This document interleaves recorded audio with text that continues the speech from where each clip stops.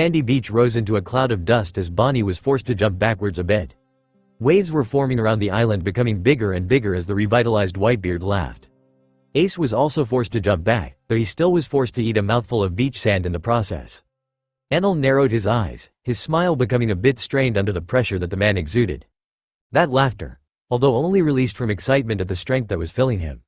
It was also an announcement, one so loud that reality itself was forced to bend. The strongest man is back, and he is back stronger than ever before, and just like that, a legend had returned to his prime. Whitebeard flexed his muscles, feeling them fill with strength as his entire body was once again filled with youth. His mind was sharper than ever, his willpower honed by decades and decades of mastery, now put to use in the body at its physical prime. The old men that Bonnie turned back were empowered to the point where they even surpassed their prime for that one reason. After all, while the body withered away, either from sickness, disease, or torture, the willpower only grew stronger. Now, Whitebeard was deserving of his moniker even more so than in the past. The strongest man, while Whitebeard's power was still running wild, Francisco stepped in front of Bonnie, shielding her without much issue, by just flaring his willpower slightly against that of the strongest man. After a few seconds, the Quake Man stopped laughing, although his excitement had not died down one bit. He only stopped because he realized that his outburst would further damage his home. Haven't felt this good in decades, Newgate spoke out as he turned his eyes towards his full head of hair. Luscious, wavy and soft golden hair. Oh, how he had missed it. Pops, from the side, Ace essentially charged into him. Had he been older, maybe he would have been pushed to the ground, taken by surprise, but now? Ace simply felt as if he had run into a wall, his face mushing against Whitebeard's gigantic forearm, as the Quake Man chuckled a bit when seeing his son's excitement. I have a lot to thank you for, Enel. Bonnie. Francisco. This warrants a celebration. Whitebeard turned and looked towards the two people that made his return possible. I didn't do all that much in this instance. Francisco smiled at his old friend, he then turned around and looked at Bonnie and Enel. The Sky King also shrugged. I can't exactly take credit whenever Bonnie uses her powers for our cause. I was more or less a form of transportation this time around, and Francisco helped you previously on his own initiative. Enel shook his head. He did arguably play a very important role in Whitebeard's revival, as there was no other ship fast enough to cross the distance from the Sky Islands to Sphinx Island in such a short time. Shiki could have likely made it in time with his devil fruit, but that didn't mean Enel's presence didn't help at all. Inwardly, Enel was well aware that he was the whole reason such a string of events could even happen. The whole reason Whitebeard was alive even, but he didn't feel like trying to take credit for it. It's settled then, we're throwing a party for Missy here. Whitebeard laughed again and patted Bonnie on the back, which almost plunged her face first into the ground if not for Francisco catching her. Watch it, dipshit. You need to get used to being strong again. Guzman spat out as he pulled Bonnie back to her feet without much struggle from her. Also, I'm not sure if calling her Missy is accurate. She's probably older than you. Enel also decided to add as he turned around. Whitebeard blinked a few times, before looking down at Bonnie, who just seemed annoyed at being ousted as an old person again. Figures. Someone with this kind of power wouldn't really die unless they wanted to. Newgate just shook his head and started walking towards the town, with the others trailing behind him. Ace was essentially singing Bonnie's praises in the background as Francisco stepped up to Whitebeard's side. You know, we'll have to spar soon. Whitebeard was the one to say it first, eager to test out his strength. Of course. The legendary swordsman just nodded as the two of them continued walking. Meanwhile, the situation a few meters behind them wasn't as quiet. I can't believe it, weren't you in the supernovas as well? Ace asked as he looked towards Bonnie, who he just now found out was an old lady. I still am. I wasn't exactly a pirate in the past. Bonnie just looked to the side and continued walking, clearly not willing to go deeper into her past. Ace was also not insensitive enough to pry too much. He could tell she didn't want to speak about it, so he stopped speaking. He just thanked her a few more times. Eventually, they passed by Vista's grave once again.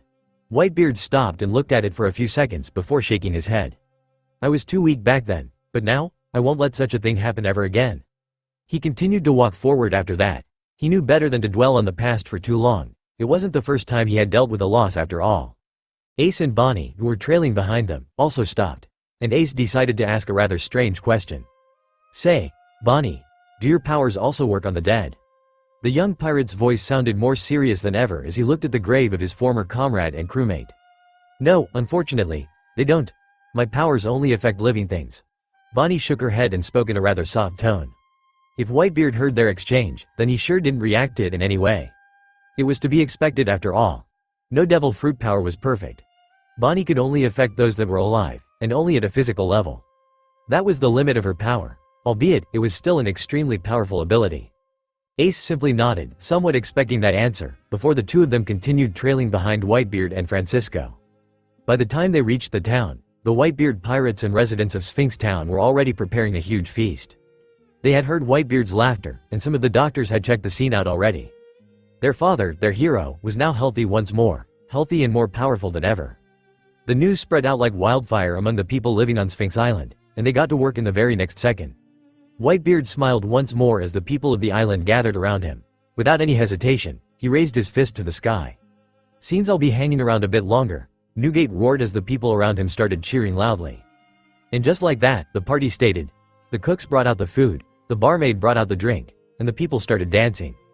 Enal didn't feel like dancing this time around, so he mainly just ate and drank like a pig. It had been a while since he had deviated from his training diet after all, so he decided to indulge himself a bit. The people of Sphinx were rather excited to meet him. His reputation had clearly preceded him. But not all that many people approached him. A small girl did come and thank him for saving Whitebeard. He just laughed it off, patted her head, and told her to go off to her parents and not worry about such things. Eventually, someone else approached him, someone he had been expecting. Do you have a moment, Enal? Ace looked a bit worse for wear. He looked like he had fallen face first into a bowl of food, which was likely what had happened. Indeed I do. Not to say that Enal looked much better, the Sky King had to wipe his face before getting up and following Ace to a more secluded part of town, out of sight. I can somewhat guess why you brought me here. Enal sighed as he crossed his arms. Yeah, I wanted to thank you, for everything you have done. Ace immediately took a deep bow. The young pirate was many things. He was somewhat arrogant, brash, willful, and maybe even stupid at times. But he was not ungrateful. Thank you for saving me and Pops back in Marineford. Thank you for saving Luffy as well. Thank you for bringing Bonnie here. There are so many things to thank you for, so much that I am embarrassed to speak about all of them. Enal just looked at Ace, not interrupting him in any way. I just want you to know that if you need help with anything in the future, just tell me, I'll get it done for you. Ace finally allowed himself to raise his gaze once more. He confidently patted himself on the chest and gave Enal a wide smile. Sure thing, how is Luffy faring? Enal asked as he returned that smile. Ace's eyes seemed to shine at the mention of his brother. He immediately started going off, talking about how much progress Luffy had made while the two of them were sparring. By the end, it was hard for even me to keep up with him. Ace smiled as he remembered his little brother's fourth gear. It's good that the two of you motivated each other to grow so much. You'll need all the strength you can get. The world is surely not becoming any easier. The two of them continued speaking for a while, and Enal also finally learned what had happened with Luffy's ship. Originally, it was supposed to be protected by Kuma for 2 years, but Kuma was taken directly to the Holy Land. Enal had pondered about it a few times, but he didn't concern himself with it too much, especially not to the point where he felt the need to go and check it himself. Apparently, Rayleigh had made sure to protect it. He paid some people to look after it alongside Shaggy. They were apparently able to just hide the ship underwater by coating it and tying it to the island. A solution that, admittedly, was a lot simpler than Enal had expected. After that, Ace went back to the party, where he ended up falling asleep on the dance floor while eating. Every time, he just woke up and continued like nothing happened. No one reacted either, since everyone was used to his antics at that point. Enal didn't return to the party. Instead, he climbed up onto the roof of a building and just observed the situation for a while. Such a loud environment. It's been a while, but I'm too tired. The Emperor then just sighed and leaned against a chimney, falling asleep with his arms crossed and head raised to the sky. While the people of Sphinx Island were celebrating, the seas were not as calm. Waves were spreading all around in another part of the New World, and the head of a gigantic snake reared from the waters. Seaweed and algae hung off of it, its scales were as dark as the night sky and its eyes weren't even opened. The world has become so unpredictable, to think it needs my direct interference to go on. Lazily and casually, the gigantic snake spat out a gigantic figure on the shores of a random island, before submerging into the depths once more. Enal and Bonnie didn't stick around Sphinx Island for long. Enal did raise the question of moving Sphinx to the Sky Islands, arguing that the government could still target him in the same way they did Baltigo. But Whitebeard wasn't all that keen on moving to his hometown. It was understandable, although a bit disappointing. Even if Whitebeard's influence was going to calm things down a bit in his territories, he was still technically in danger. Newgate figured that if the government hadn't made a move yet, then they surely weren't going to anytime soon. Even now, there were fewer and fewer signs of their movements in the world of pirates. They seemed to now be completely focused on quelling the worldwide rebellion that Morgans was still fueling. So, Whitebeard thought that it was safe enough to just remain where he was.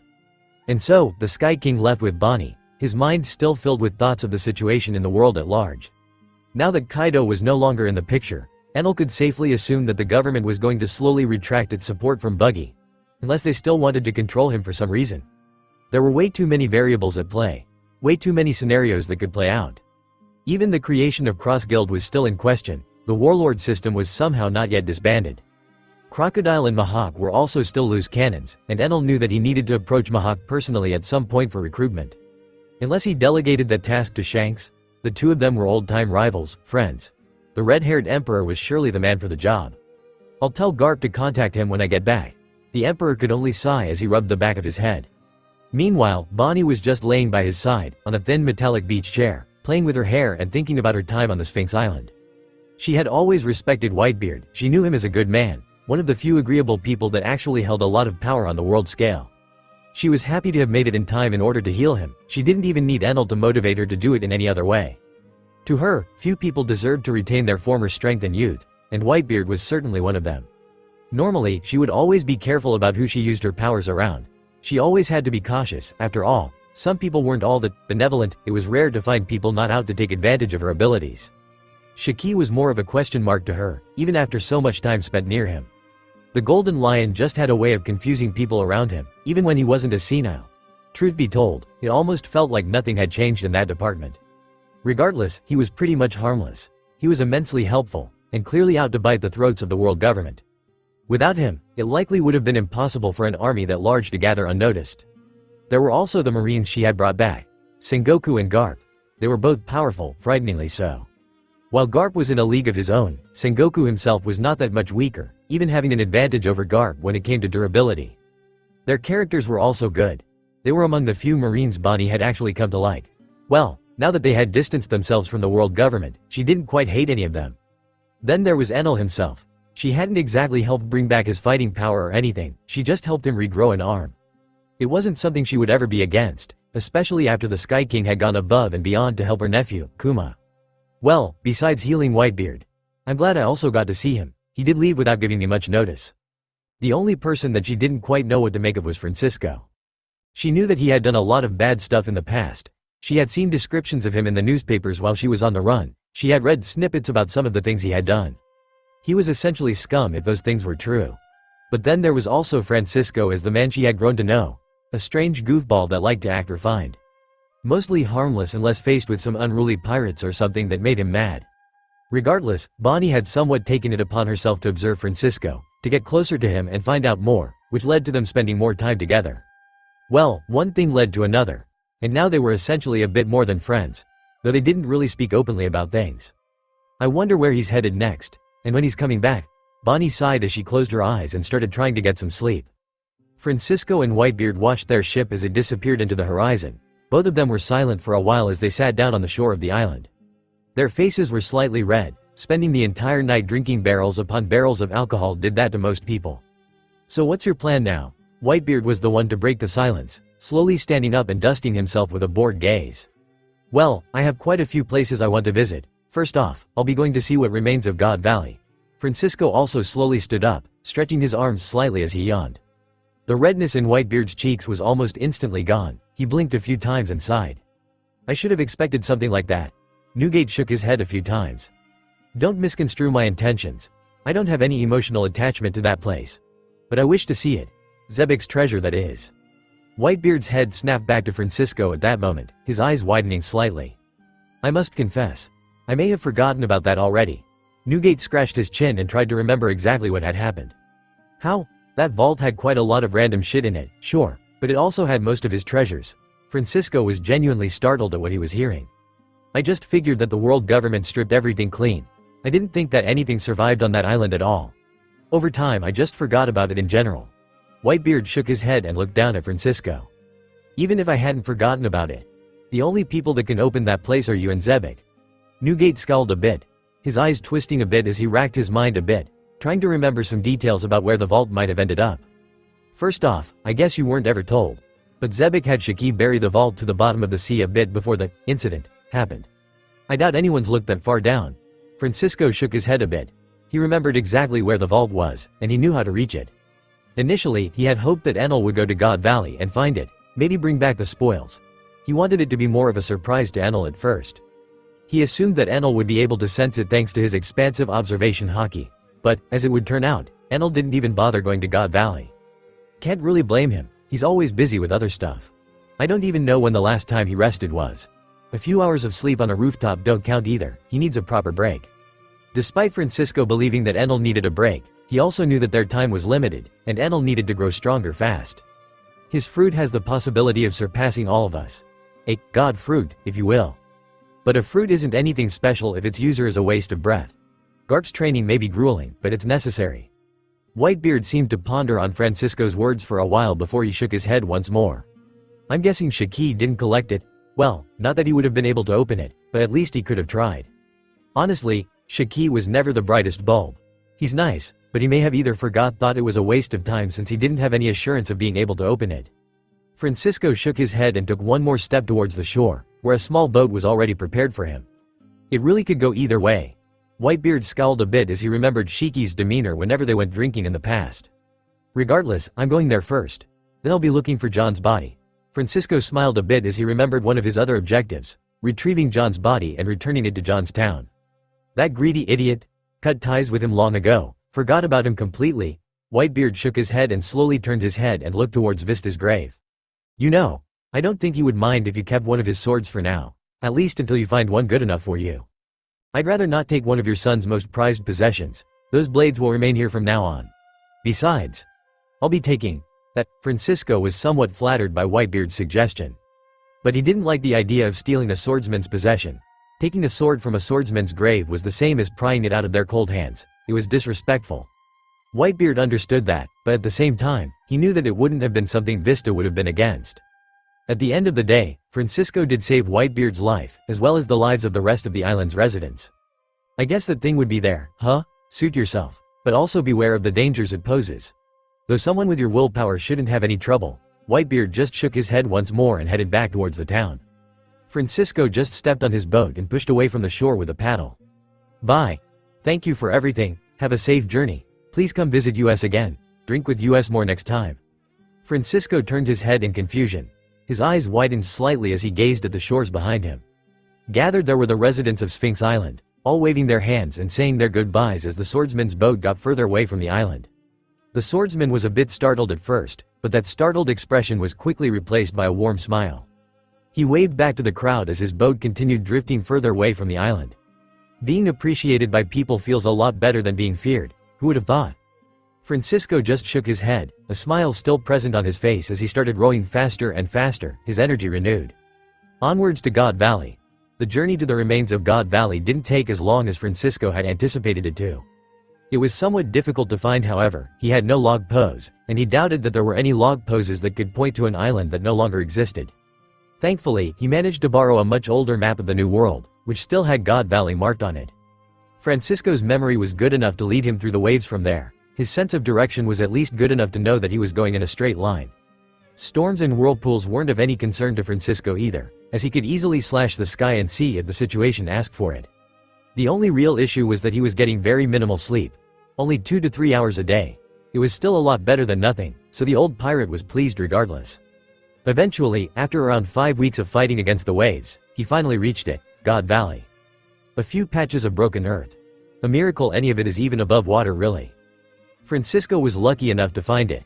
He relied heavily on his memories of where the island should have been.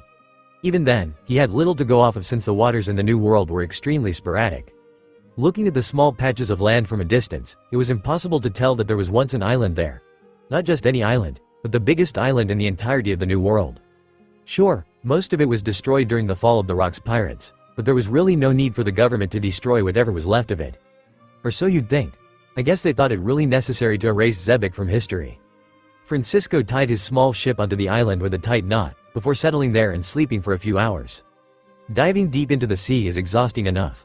Might as well do it while not half asleep. And the first thing he did when he woke up was just that.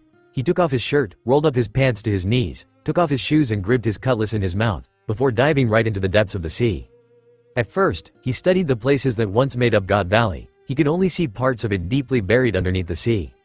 He could only see traces of what was there in the past, but it was hardly recognizable anymore. The land underneath the waters was so scarred that it looked as if the gods had ravaged it. Francisco couldn't help but sigh inwardly as he remembered God Valley. Xebec's blue flames melting rock and earth. Roger and Rayleigh's blades and willpower cut through the land. Garp's fists broke rock and stone with ease. Whitebeard's tremors shook the island to its very core, fragmenting it almost irreparably. Francisco smiled a bit as he remembered just how many parties were involved back in that time. It was a war to topple them all. It made every conflict since then look like a joke.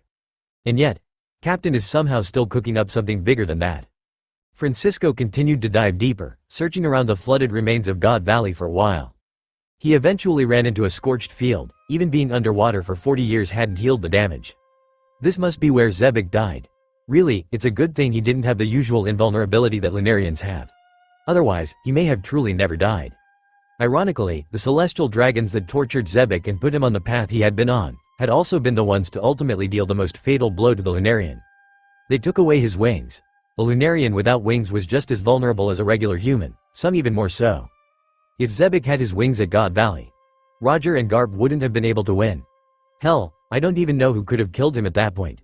Maybe I am, or the elders, not that we'll ever know. Francisco looked at the eternally scorched earth with an empty gaze, before shaking his head and swimming back to the surface to take a breath of air. That process would continue for a bit, as Francisco did a bit of sightseeing around the remains, reminiscing a bit and even getting a few laughs as he remembered how lively God Valley used to be. Sure, most of the pirates under Xebec were miserable when he was present, but Francisco still managed to make a lot of beautiful memories with them. Memories that turned all the more sour when he was stabbed in the back. But he had already forgiven Whitebeard. He had forgiven them all. Xebec ruled through fear. It's only a given that he'd be backstabbed. My loyalty was what led to my downfall. Could I really blame Whitebeard and the others for freeing themselves? All of them were conquerors. They were people with free will, all subjugated and crushed under Xebec's heel. At least most of them ended up doing well for themselves. John not included, and Kaido, I guess.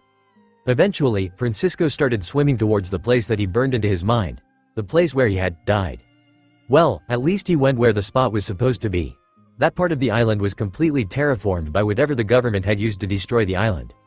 The more Francisco looked at it, the more he realized that Pluton cannons were used to destroy the island.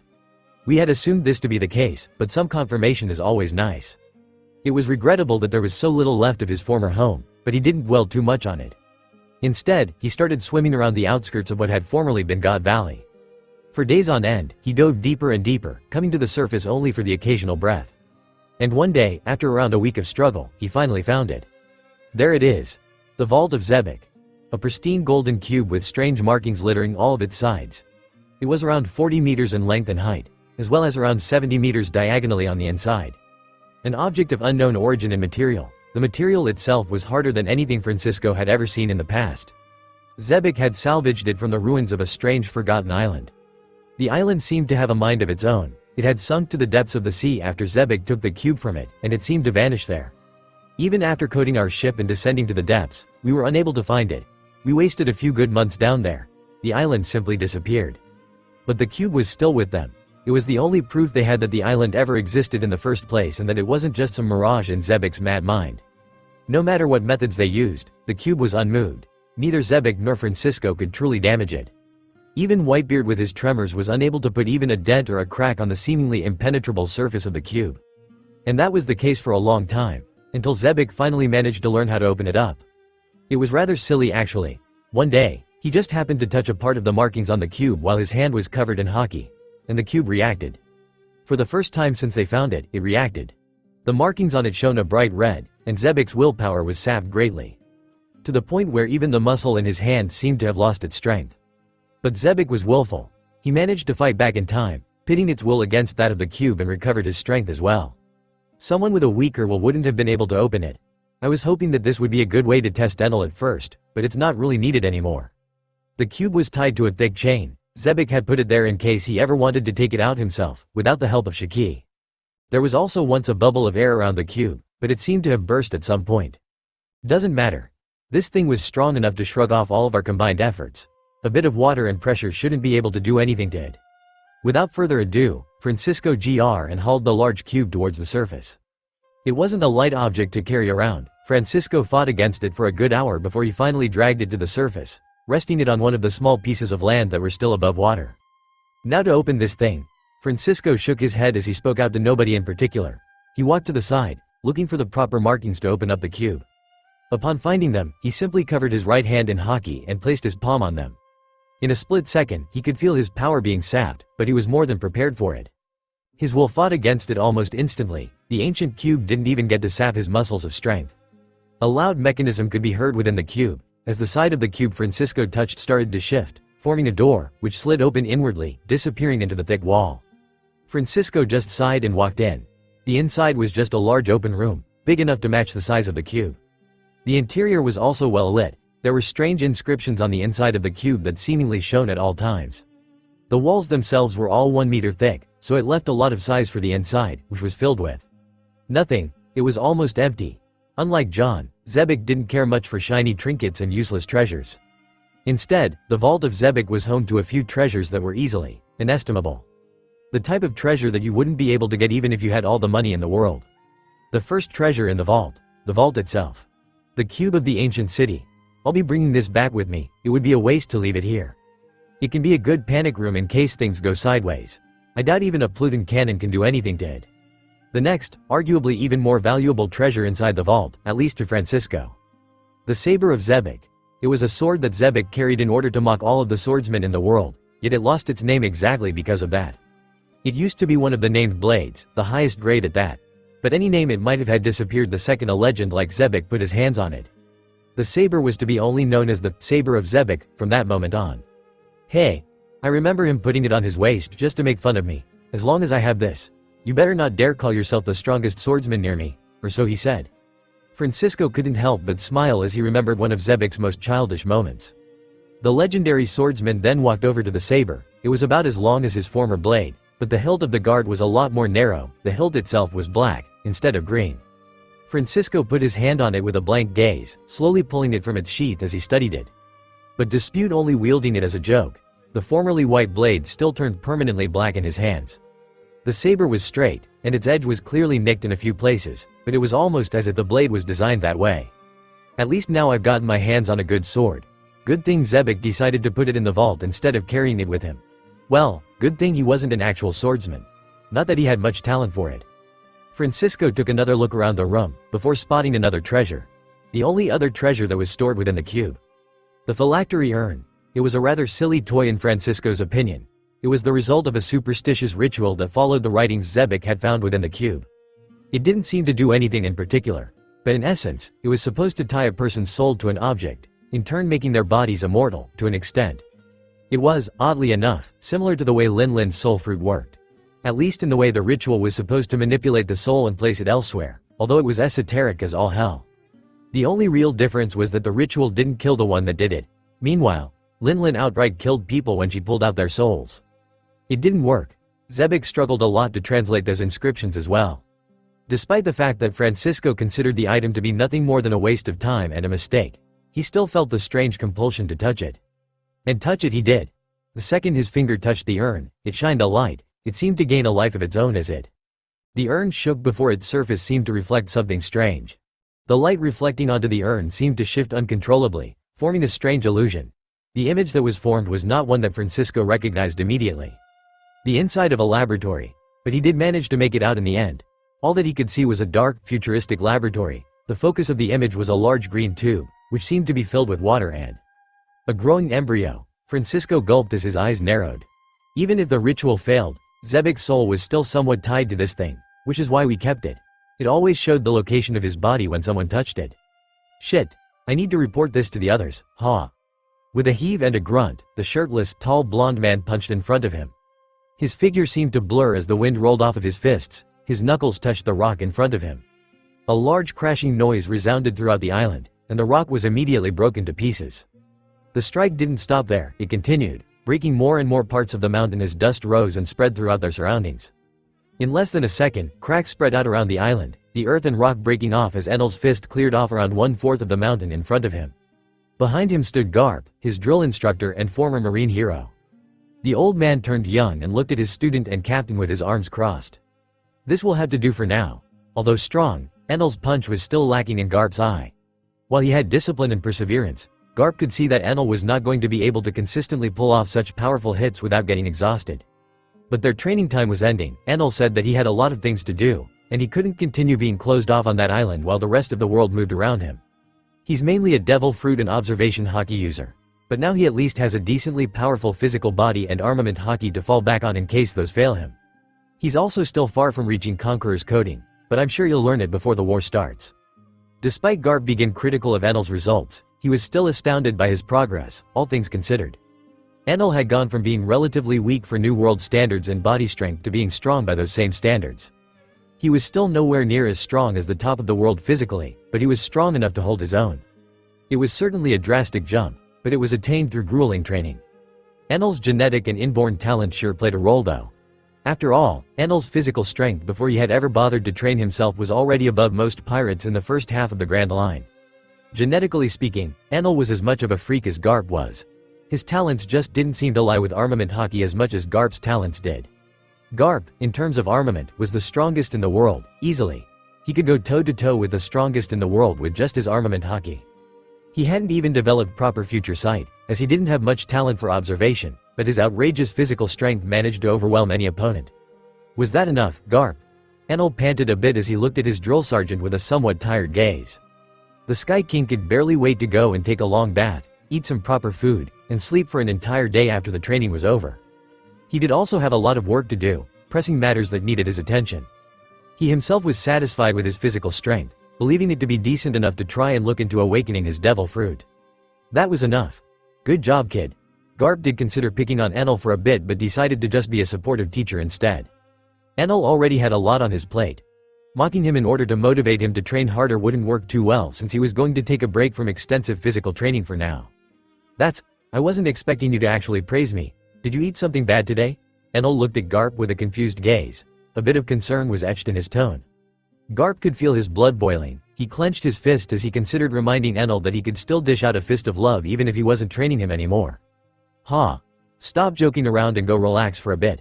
The others have already finished their training too. I bet that oven friend of yours will want to compare results. Garp ended up just ignoring Enel's slight jab and throwing him the keys for the collar that was still around his neck. Enel caught the key with a pleased glint in his eyes. That glint died down as he then eyed Garp cautiously. So I'm free to go? No other tricks or surprise beatings as a final test or something? The Sky King felt the need to ask such a question. After training under Garp for so long, he expected something strange to happen. What, you want a beating? I can sure give you one, you little shit. Garp cracked his knuckles, causing Enel to sweat a bit. Nah, I'm good. The Emperor wasted no time in taking off his restraints and took a deep breath as his body became filled with strength. Go. The second that last word left his mouth, the Emperor vanished, leaving Garp behind on the destroyed mountain range. The old marine hero just shook his head and spat on the ground, grumbling a bit as he turned around and jumped away. Enel quickly arrived back at his cabin. Well, it was now more accurate to call it Bonnie's cabin. Not much of his stuff was there, but it was empty, and he wanted some alone time. He had started to enjoy it during his training, having nobody to debate with but himself. It gave him a lot of time to reflect on things he could have done better, or worse. He had a lot on his plate and a lot ahead of him, so he needed a short break from it all. He immediately went and filled a large basin with water from the river, tapped it with his palm and heated it up, before he finally sat down in it. The tall man's legs were stretched above the basin, and his hands dangled to the side as he dipped his torso into the water. The devil fruit user relaxed for a while, letting the worries and filth wash off of him before he opened his eyes. Good thing I can still take a relaxing bath as long as I don't submerge myself all the way up to my neck. It was one of the few weaknesses of being a devil fruit user, not being able to swim.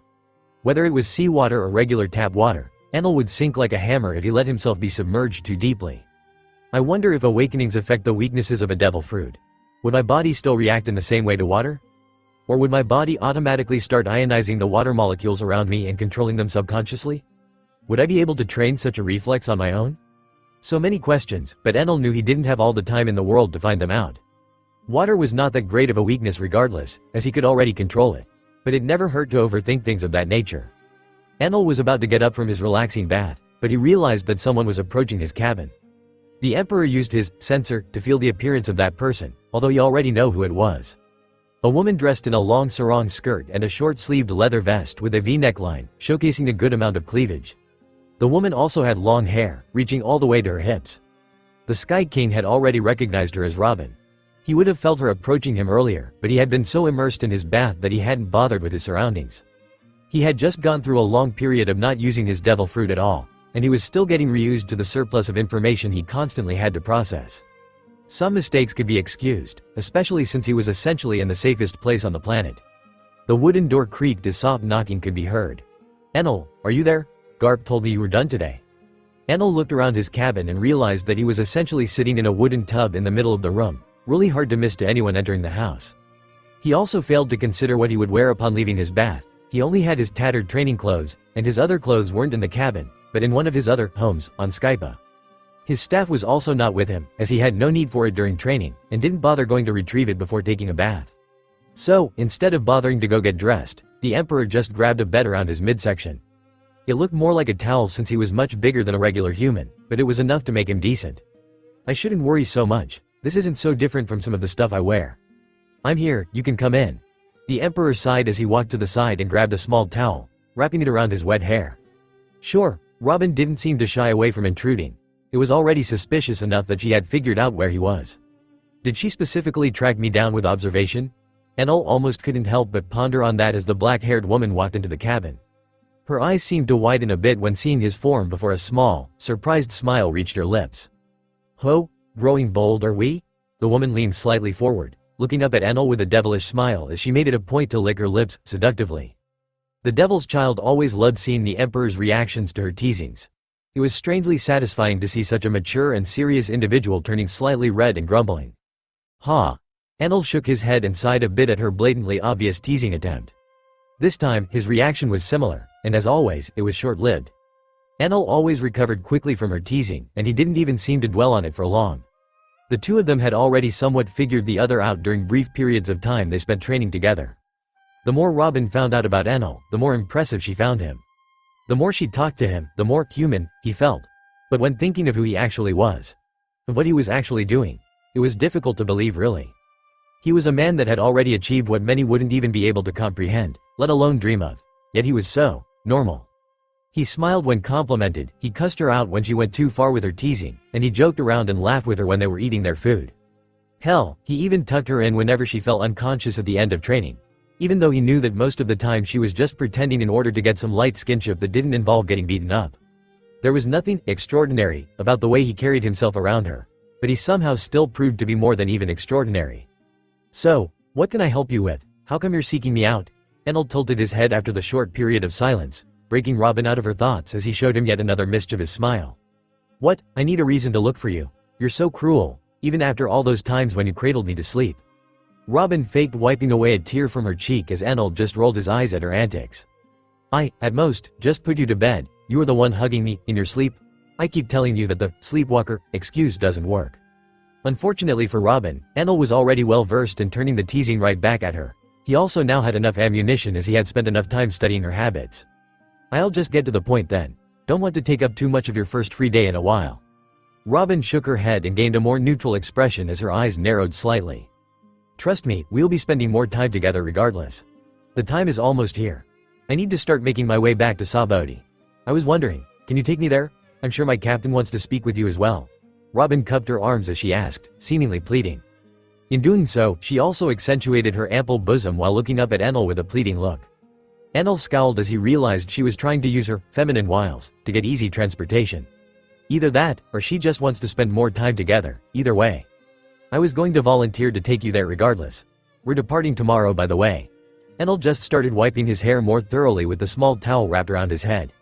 Ooh, that's great. Robin immediately perked up, somewhat losing her mischievous demeanor as she jumped up and wrapped her arms around Enel's midsection. The Emperor blinked a few times, somewhat taken aback by the physical contact, but not really complaining about it either.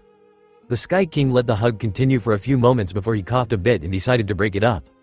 Yeah, you should go pack up, we'll have plenty of time to talk more about stuff during our trip. Right. Robin let go of him in a slow manner, stretching her arms around as a large smile appeared on her face. She then turned around, swaying her hips from side to side as she walked towards the door of the cabin. I am a bit disappointed though. Robin turned her head one last time, gaining a glint in her eyes. Enel just raised an eyebrow. What? Well, after all that teasing, all the leaning forward and presenting my assets, there was still no reaction down there. I am just disappointed.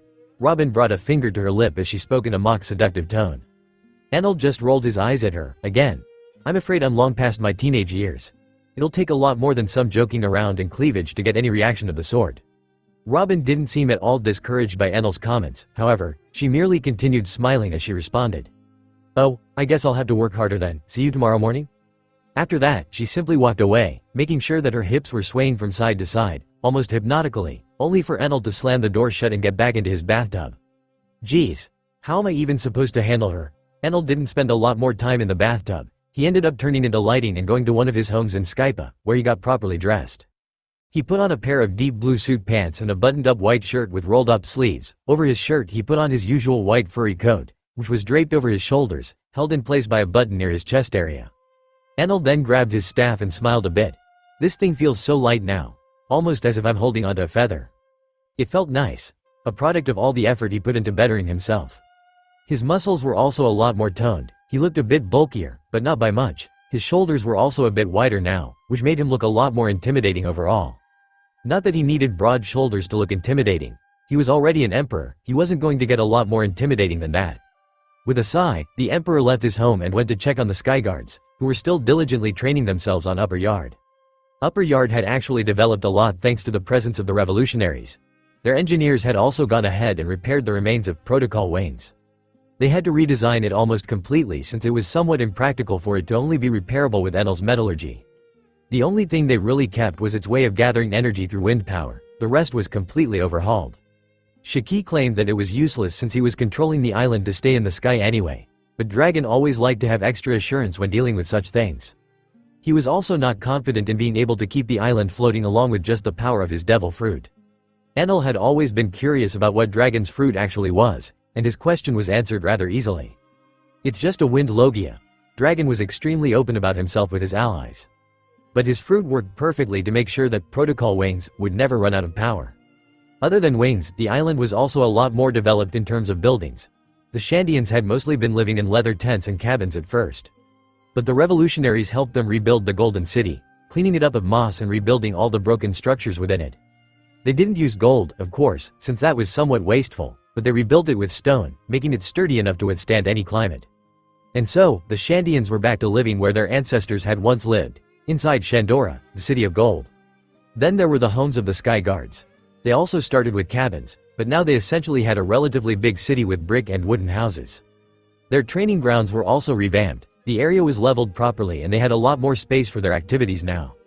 And that's exactly where Enel found himself, in that open field, while the soldiers around him all trained diligently. They did stop upon seeing him though, catching a glimpse of their leader was somewhat motivating for the Sky Guards. They knew that Enel was the one to essentially establish their group. He was also the one to get Garp to teach them, which vastly improved their strength over time. Then there was Momonga. Sir Enel, so good to see you. He was still wearing the same clothes he did while in the Marines. He seemed to have gotten too used to them to make any drastic change. But there was a change that Enel could feel. This guy. Just how much did he improve? The one-armed former vice admiral felt like a completely different person almost. He looked the same, but Enel could tell just from the way he moved that he was much stronger than before. Momonga. It is always a pleasure speaking to you. It's certainly been a while. I'm glad to see you've kept up with your training. Ho ho. You praise me too much. Momonga was still humble, despite the fact that Enel was quite sure he was now close to admiral level. The Sky Guards watched on as the Sky King spoke with their drill sergeant. They were glad to hear that Enel was appreciative of the hard work that their instructor was putting in. Despite having to teach them all in Garp's absence, Momonga was still putting a lot more effort into training himself than any of them could. It was genuinely inspiring to watch, especially for Bellamy. The spring human had certainly improved a lot, but he still felt like it wasn't enough. He wanted to be able to proudly walk alongside people like Enal and Luffy in the future. He knew he still had a long way to go. I am not one to exaggerate. You seem quite impressive even by my standards. I see everyone's been training diligently as well. Enal then turned his head and looked towards the other soldiers. His gaze also settled on Bellamy for a second. Even the hyena has gotten stronger, huh? He should be enough to give Luffy a run for his money. Well, unless Luffy actually uses gear fourth, but this is still pretty great progress. Everyone here is working hard, of course. They are all fighting to protect what is dear to them, or fighting to earn a place where they can fit in. Momonga also looked at the soldiers he had been training with a proud gaze. Even those that weren't talented had put in a lot of work and improved by leaps and bounds. Well, whatever motivation they found, it's certainly showing in the gazes. Determination, diligence, discipline. We have you and Garp to thank for this. Enel smiled as his gaze settled back on Momonga. The two of them continued talking for a while, and as that was happening, Oven was not having such a great time. Right after he finished his training, he decided to finally face the music and contact his mother after almost a year of radio silence. Let's just say, the conversation didn't go quite well. So that's what you've been doing all this time instead of properly reporting to me, training yourself? His mother was certainly mad. Oven was genuinely glad that he wasn't reporting this to her in person, otherwise he would have been fearing for his life. Even if Linlin had somewhat mellowed out, it was still unlikely that she'd react in any positive way to his actions. I am sorry, mother. I am sorry to have disappointed you so, Oven still apologized. He knew he could have done more, he knew he could have tried to contact his mother sooner, but he had gotten so immersed in gaining strength that it had somewhat slipped his mind. A low growl was heard from the transponder snail that Oven was holding onto. Big Mom was certainly not pleased. But her reaction was still a lot better than Oven had expected. From now on, I want you to contact me weekly. I want a proper report of Enel's forces and any powers he's making deals with. Have I made myself clear? Big Mom's voice didn't hold any compassion, it was cold, callous. Oven's heart skipped a beat when he heard it. We can talk about punishment later on. For now, you just do your job properly, and maybe I'll forgive and forget. Oven quickly nodded, his eyes wide open and almost in tears as he thanked his mother and continued apologizing. It seemed that Linlin wasn't interested in hearing his voice anymore unless he had a report ready, so she just hung up on him. Oven just sighed as his shoulders slumped. He had gotten stronger, but at what cost? While he was gone, his mother had gone ahead and joined up with the likes of Kaido to form an alliance against Enel. Sure, Kaido was now considered dead, killed by Whitebeard's unrelenting strength. I should go talk to Enel. I wanted to spar with him at first, but I don't think I feel up to it anymore. The sweet commander slowly walked out of his cottage and wandered around for a bit, trying to think of where to find Enel. Thankfully, he didn't have to wander for long, as it was Enel that found him in the end. The Emperor just appeared in front of him and tapped his staff into the ground, cracking the and causing a small tremor in the ground.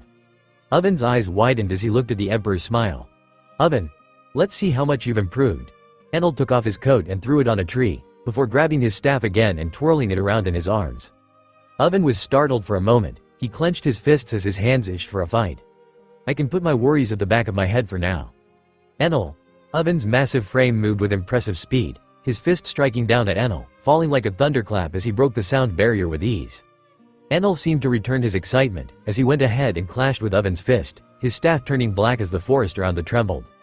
The shockwave of their clash uprooted all of the trees in a 100-meter radius, sending them flying into the distance as the two of them looked at each other with crazed smiles. Maybe we should take this to the training island, Oven said as he took a step back and cracked his knuckles, completely unaffected by their previous clash. Right, might be for the best if we don't go all out here. Enel nodded and clapped his hands again. His staff quickly turned into a large boat. Oven wasted no time by jumping on it right away. The two of them sailed through the clouds and headed straight for the Bear Island. The mountain was still damaged by Enel's last punch, but the two of them were sure that it wouldn't matter. There won't be much of a mountain left after we're done here. And so, the two of them stood in an open, barren field. Enel smiled as he picked up a rock from the ground and tossed it in the air. The rock seemed to fall almost in slow motion, and the very second it hit the ground, the two fighters met in the middle of the field. Oven's punch crushed the ground around them, while Enel's staff caused tremors through the entire island. Unrelenting as ever, Oven shouted as his hand turned completely red. The sweet commander started using his devil fruit, and Enel immediately noticed some differences. Oven's punches seemed to be melting his staff, which made Enel take a step back for a second. The sweet commander knew to take advantage of that as well, his mechanical arm sprouting a blade which immediately turned black and sliced at the Emperor's chest. Enal just smiled as he tracked the blade with his eyes. In an instant, he turned into lighting and let the blade pass through his separated body. Oven's smile seemed to widen as he realized something. For the first time ever, I forced him to use his devil fruit.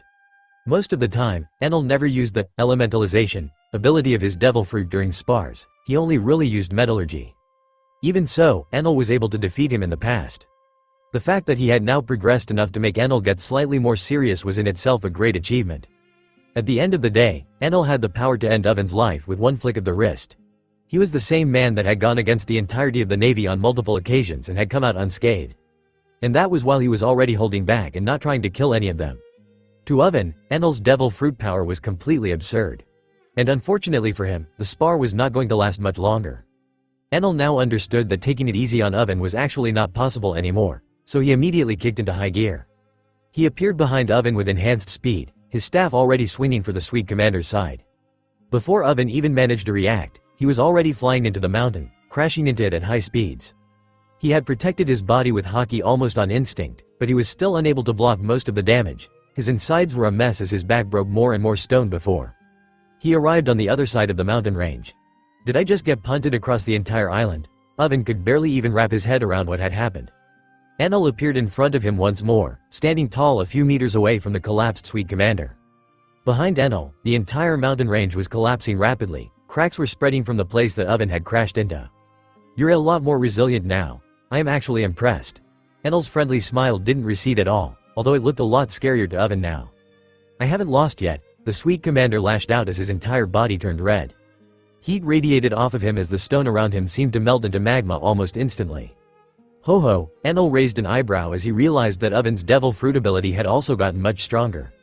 He was more than impressed now. At this point, I think Aokiji can't even win against him. It was staggering progress, however, heat won't work against me. Enal's slowly melting staff turned into a pair of gauntlets as the Emperor appeared at Oven's side once more. His fist crashed into Oven's cheek like a freight train into an unsuspecting truck. The shockwave pushed all of the magma and rocks around them further away. Oven himself was knocked out immediately and sent flying further away, his eyes rolled over backwards. Enal just shook his head and rushed to catch Oven, grabbing him in midair and slowing him down slowly so as to not further injure him. Good fight. The Emperor muttered as he looked at the mountain range around them. It was mostly ruined. Good thing we didn't fight in Upper Yard. I feel strange about leaving after going through so much with Enal and the revolutionaries. But the only people I've made actual bonds with are Luffy and Enal. Since training started, I wasn't able to spend a lot more time with Luffy, but at least I got to hear a lot about Olivia, about Mother. The more I learned about her, the more I realized that I knew almost nothing about her. But I am not against learning more, and Luffy seemed to enjoy remembering things about her as well. Then there is Enal. Getting close to him has proven to be a staggeringly easy task. You'd think an emperor would be difficult to talk to. He may have acted cold at times, and maybe unapproachable sometimes, but that was only when he was not yet used to me. Currently, he's mostly acting warm, even responding to my teasing positively.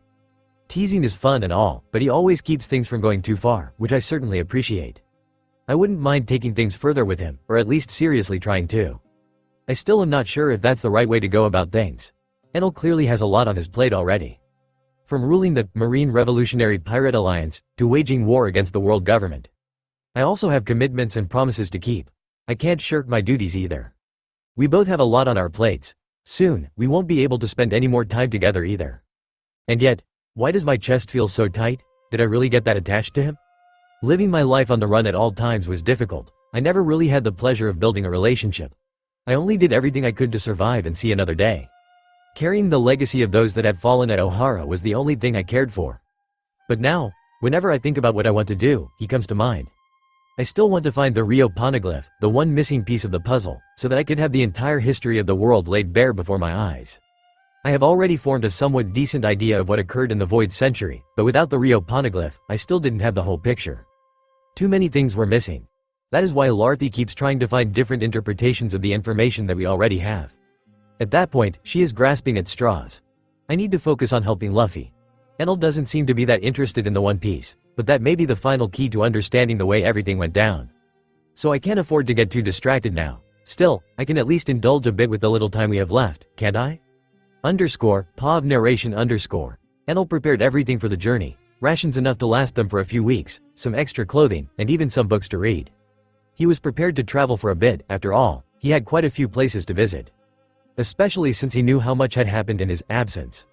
One matter of absolute importance was Francisco's report. Someone is cloning Zebek. It was certainly not a thought that brought joy to Enel.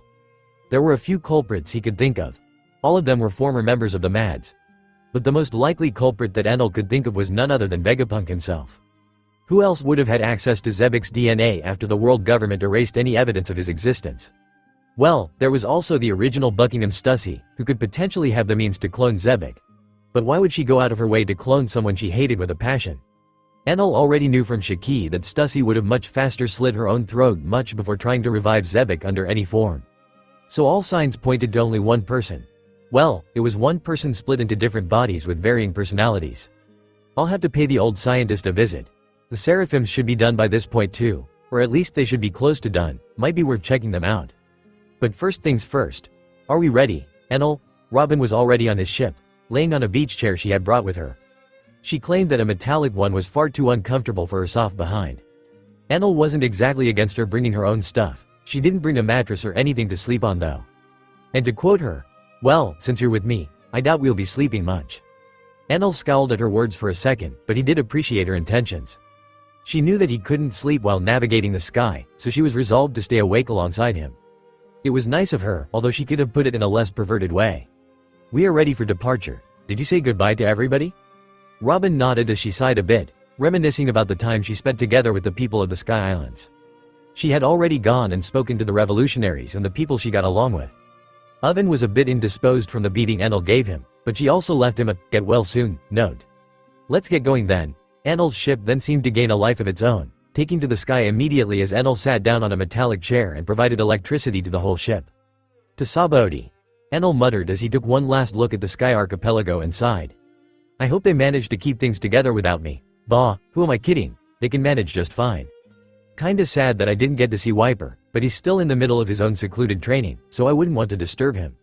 I'll just come back to see how much stronger he's gotten." And so, the Emperor and archaeologist duo sailed through the skies.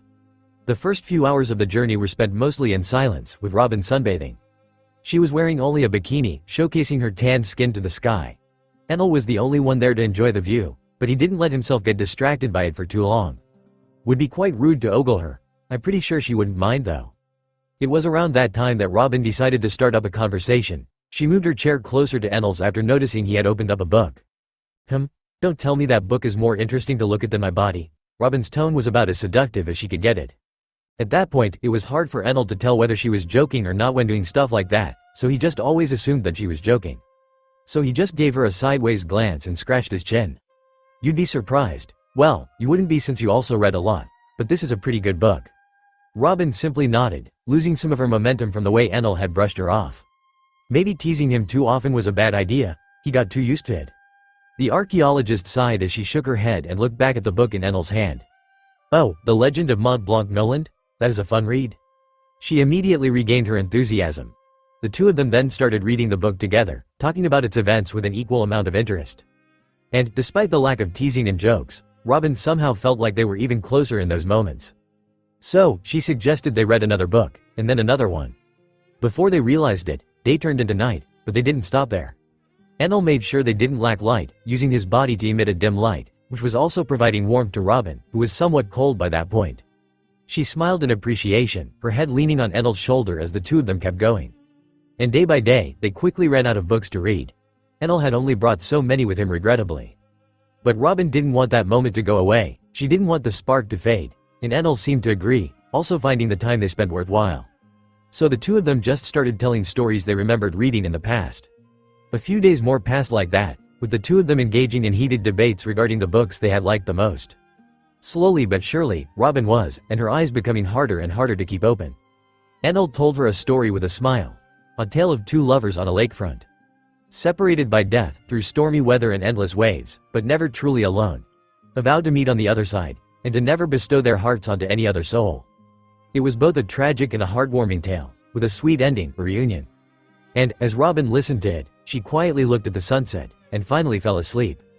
Enel noticed her dozing off. She was leaning on him fully, her chest rising and falling slowly. He observed her for what felt like hours before his gaze finally rose to the starry sky. His hand reached out, almost as if he was trying to grasp the stars in his palm. And eventually, a light shined towards his gaze, a glimpse of moonlight. And then his gaze shifted to the forever orbiting rock. It was there all along, and yet it had slipped his mind. Yes, the moon. His eyes widened as he watched the planet in the distance. How could I have forgotten? The place that Enel was supposed to go to. Yet another mark on the map that he needed to visit. The Emperor couldn't help but heave a tired sigh. His eyes ended up wandering back to the person by his side. His gaze became relaxed. Whatever. I'll deal with whatever comes my way, not like I am alone. And so, another week passed with much the same happening. In the end, Robin ended up falling asleep in Enel's lap right before they reached Sabaody. The Emperor even wondered how they had reached that position. Well, in truth, she was just seeking his warmth, and he didn't mind, nor did he raise any complaints. Instead, he looked at the Sabaody archipelago in the distance. I think we made it here first. I wonder how long the others will take to arrive. I'm also curious to see how much Luffy has grown. Training with Ace must have had its own benefits. The despair that Kuma and Kizaru made them feel should have also done wonders to help him want to grow stronger. Enel parked his boat in a more secluded part of the island. He was sure that nobody noticed him.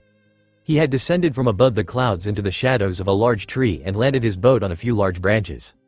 Sabaody was not exactly a peaceful place now. Protests were still happening, as the government wasn't able to just kill everyone.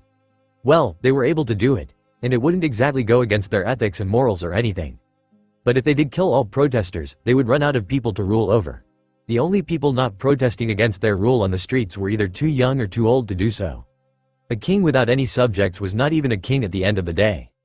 At the same time, a king hated by his subjects was also not truly a king, unless they had overwhelming power. That was the only reason the government were still the rulers of the world. Not for long. They should know better than everybody. Nothing lasts forever in this world. It doesn't matter how big they are, that just means their fall will be more impactful. Enel just sighed and closed his eyes, the shade of the tree providing him with a blanket from the moonlight as he fell asleep for the first time in weeks. Robin was the first to wake up. She was a bit disappointed in herself for falling asleep twice during their journey. She had resolved herself to stand awake and take advantage of whatever time she had left with Enel, but it seemed that tiredness had taken over at some point. Not everyone has his endurance, I guess. Still, Robin somehow found waking up in his lap to be quite relaxing. The warmth he radiated was extremely comforting throughout every cold night they flew through.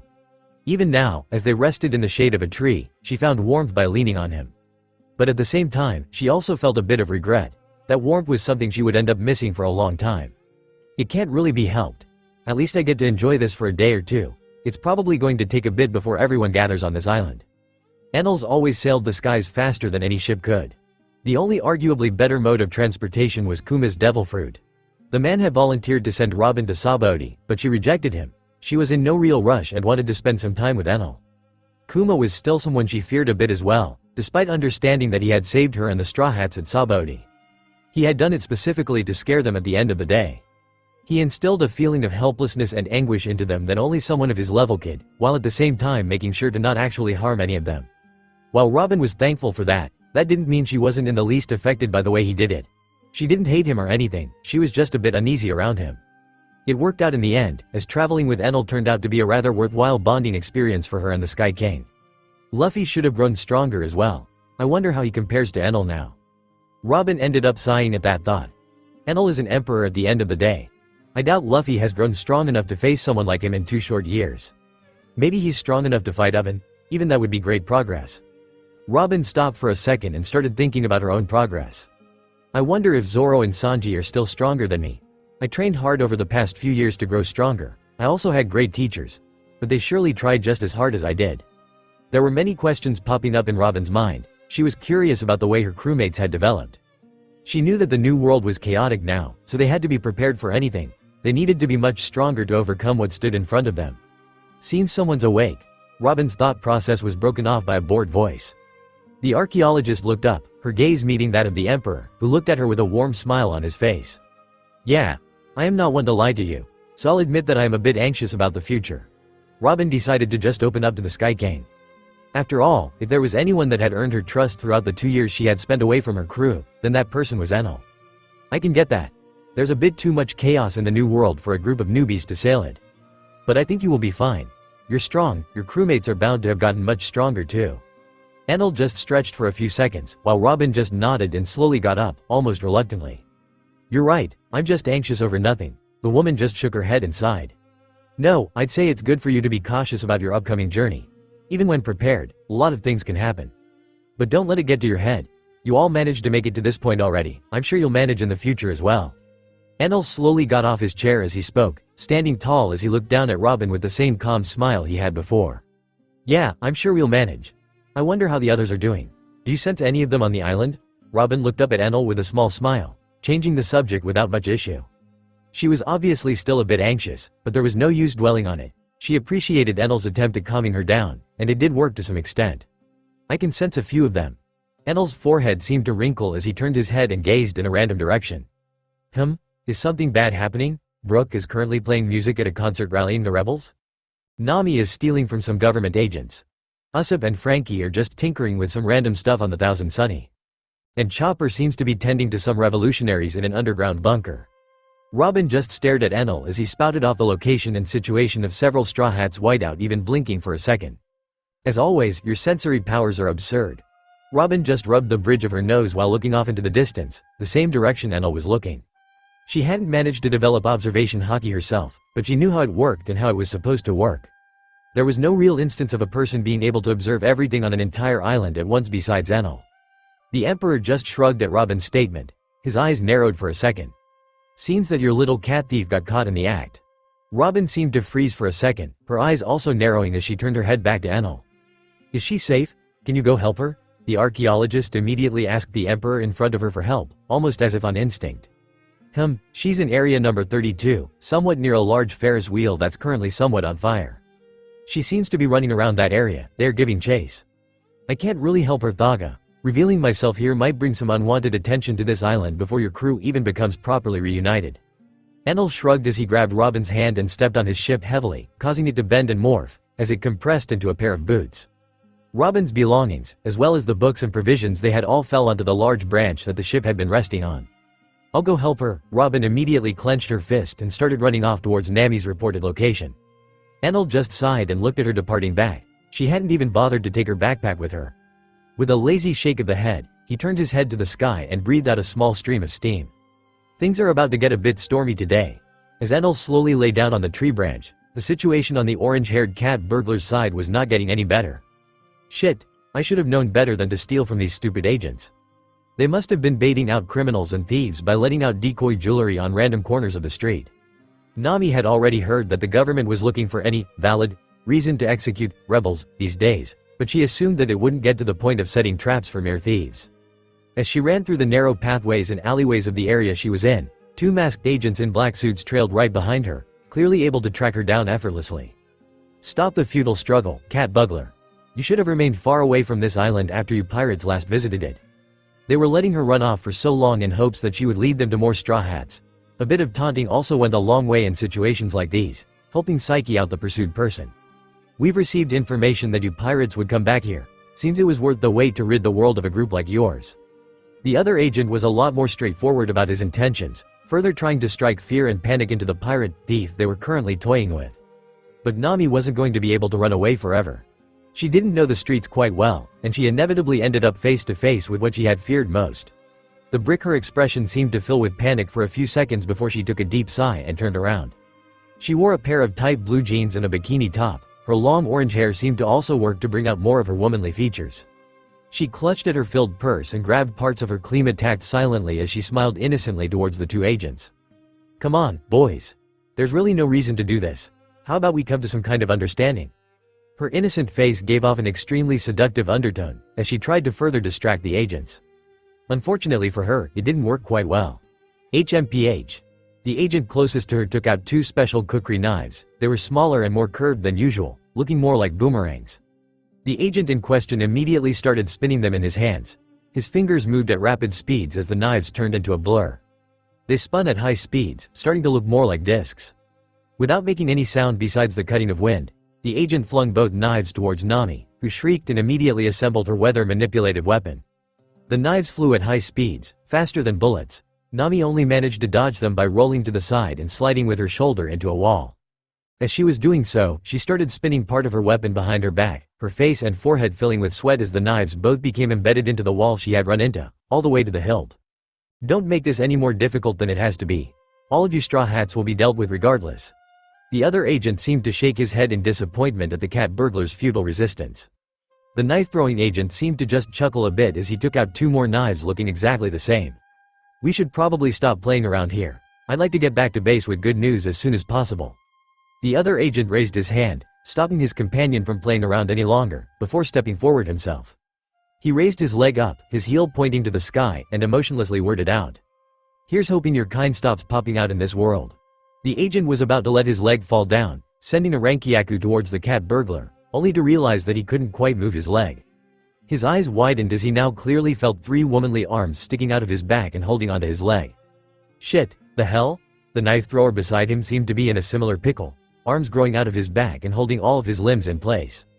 Clutch! A woman's voice sounded out from behind them, and immediately, the agents felt their own bodies being bent with overwhelming force. Their limbs twisted and deformed as they both screamed in pain. Nami smiled widely as she immediately recognized Robin's devil fruit ability. She clearly saw the figure of her savior as the agents fell to the ground, limbs broken and bent unnaturally. Robin! Her voice sounded as happy as could be. Nami, Robin herself was very glad to see her crewmate and friend. "Thank you for the save there, things were pretty bad, hee-hee." Nami laughed a bit and scratched the back of her head as she stuck out her tongue innocently. Robin just sighed as she shook her head. "Seems you had things pretty much in order." The archaeologist looked up with a smile. A large black cloud had gathered a few meters above the heads of the agents, and it was prepared to strike down on the agents at any moment. They were clearly clouds from Nami's staff. Enal's clouds were a lot more violent, and he would have struck down the agents long before she had gotten there if he was to actually get involved.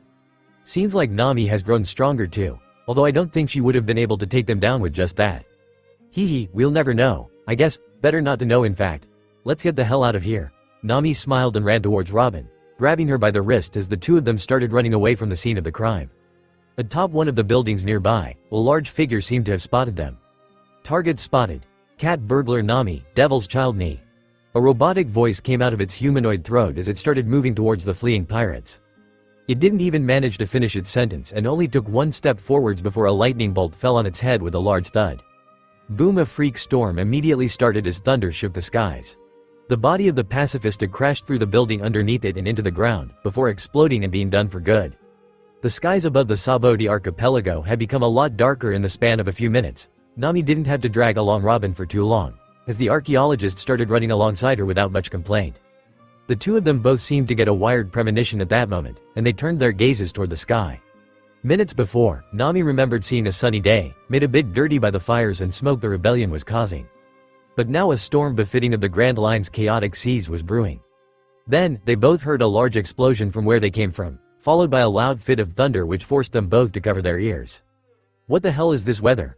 Nami was well and thoroughly confused. She was an expert in the weather, and she had already checked to make sure that there wouldn't be any storms that day. Don't worry about it. I'll explain later. Robin smiled as she looked at the sky gratefully before continuing to run down alleyways, heading towards the Thousand Sunny slowly. Nami still had many questions on her mind but decided against stopping to ask them in the middle of a dangerous storm.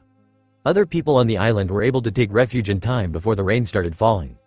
Brook, the skeletal rock star, had to stop his performance because of how dangerous it looked. He simply stopped and looked at the sky, tilting his head and afro as he studied the abrupt change of weather. That's certainly unusual. Usually, this happens at sea, not on islands in the Grand Line. The skeleton just shook his head. There wasn't much he could do about it either way. He was dressed in a dark violet tuxedo, a yellow feather bow, alongside a new top hat with a giant crown on the brim. He was currently in the middle of his last concert. His music was there to embolden the spirits of the revolution, and to give strength to those that dared step forward in a bid to create a better future. Brooke was there to make sure that their plight wouldn't be unheard of. Throughout the years of separation, that was what he had been doing. Traveled the world, hosted converts, and immortalized the soul of resistance within his music. An album he titled, The Rebel's Path. The government had gotten in his way several times already. Fight after fight had led to Brooke himself becoming stronger than ever. His bounty had risen to match the annoyance he was causing the government as well, reaching a crisp 300 million belly, and matching his captain's current bounty. With this thunder, the public would be better off heading for cover, instead of endangering themselves listening to my soul-healing music. Brooke's skeletal figure would have released a sigh was he able to. I guess it's time to meet with the others. Brooke picked up his guitar and looked at the diminishing crowd one last time. A ghostly air emanated from his mouth as he loudly smacked his guitar against the stage floor before him.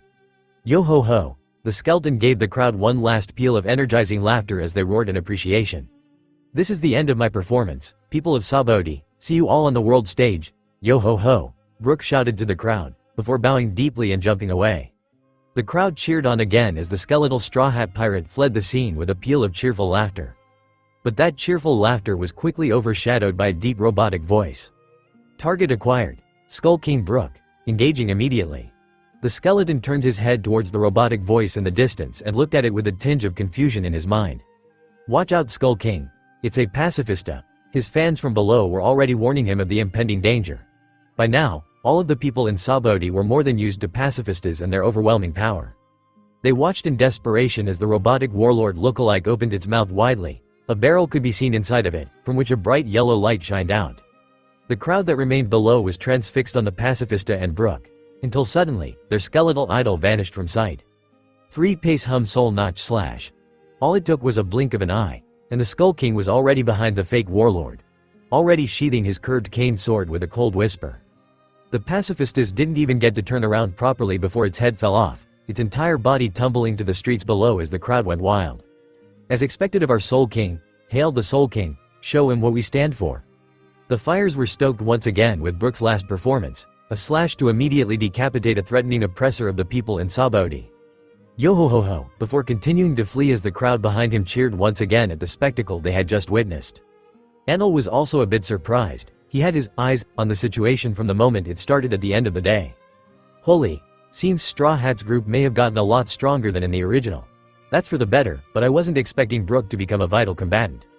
The Sky King raised an eyebrow as he then turned his attention to another side of the city, where the mascot of the pirates was currently still working hard to heal the people that fought for their own freedom. Chopper was also spooked by the storm and thunder. Despite being used to the seas, he was still somewhat easy to scare. But even scared, his small deer hands didn't stop bandaging the patient in front of him. His eyes were resolute, even if his body was slightly trembling.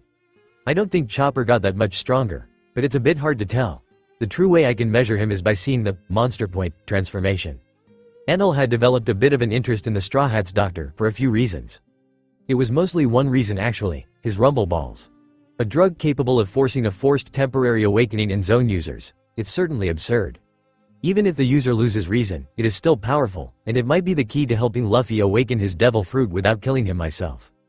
Enal had to consider many things now that Kaido, the one who was supposed to awaken Nika, was dead. In the end, there were very few things he could do besides putting the Straw Hats in a situation similar to the one they were in when fighting Kaido. He would have to act as the villain in that scenario, essentially, and kill Luffy in order to awaken Nika. This means I would also have to take over Wano, doesn't it? Such a mess. That stupid Kaido just had to go ahead and kill himself. The Sky King just shook his head and continued searching through the Sabaody archipelago. Seems Zoro and Perona arrived already. Well, Perona seems to be leaving, but at least she brought him here. And Sanji is currently saving women in the chaos. Commendable. He doesn't seem to care much about the men, but at least he's trying. The Emperor could clearly feel Zoro getting lost as soon as Perona left him to his own devices. He would eventually reach the ship, hopefully. Sanji was also rather impressive. He had already kicked the head off of 2 pacifistas in quick succession. He was also a bit stronger than in the show, but not by much. He looked about the same as well, regular black suit, golden lighter and smoking habits. Enel assumed he was just trying to look cool while fighting, but he was also vehemently avoiding looking at the revolutionaries he was helping. Don't tell me he actually gets nosebleeds. I thought that was just a stupid gag or something. Enel rubbed the bridge of his nose in confusion as he opened one of his eyes and looked to the side. Whatever. He's stronger, I guess.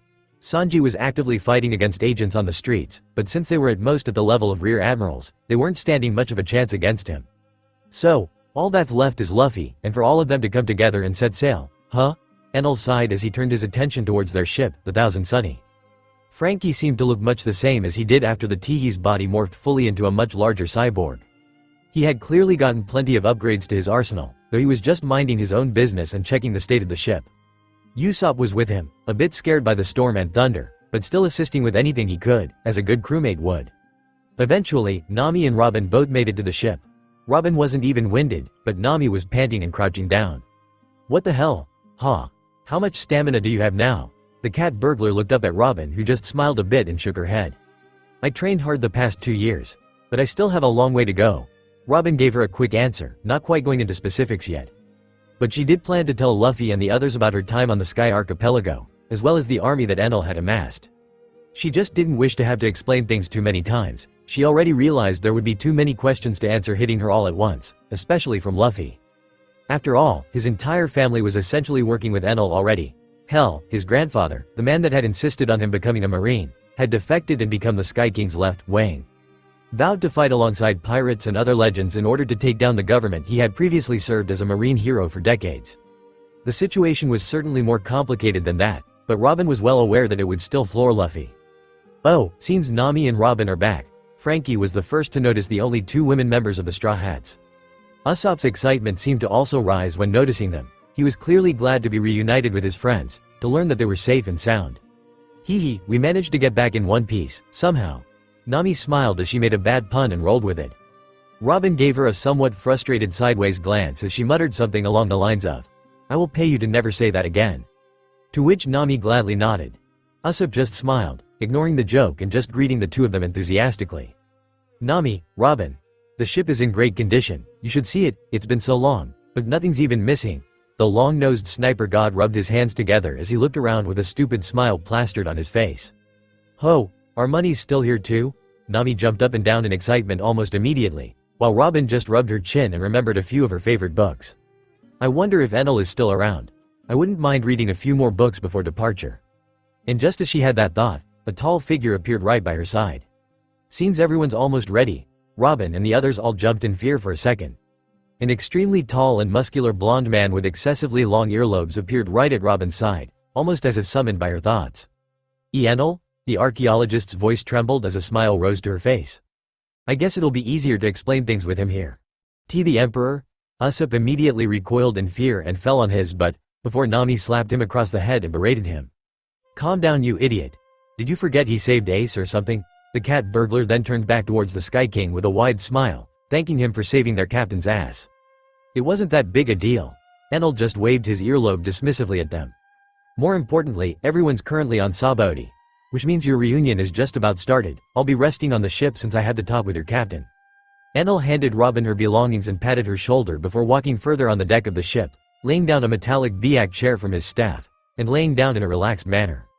No one stopped him. Frankie just studied his armor and called it cool. Usopp was still afraid to get close to him, and Nami was trying to pester him into giving her money since an emperor has to be loaded. Robin felt weird, maybe even a bit jealous, when seeing Nami actually trying to seduce Enel. But she did feel a lot better when he outright rejected her.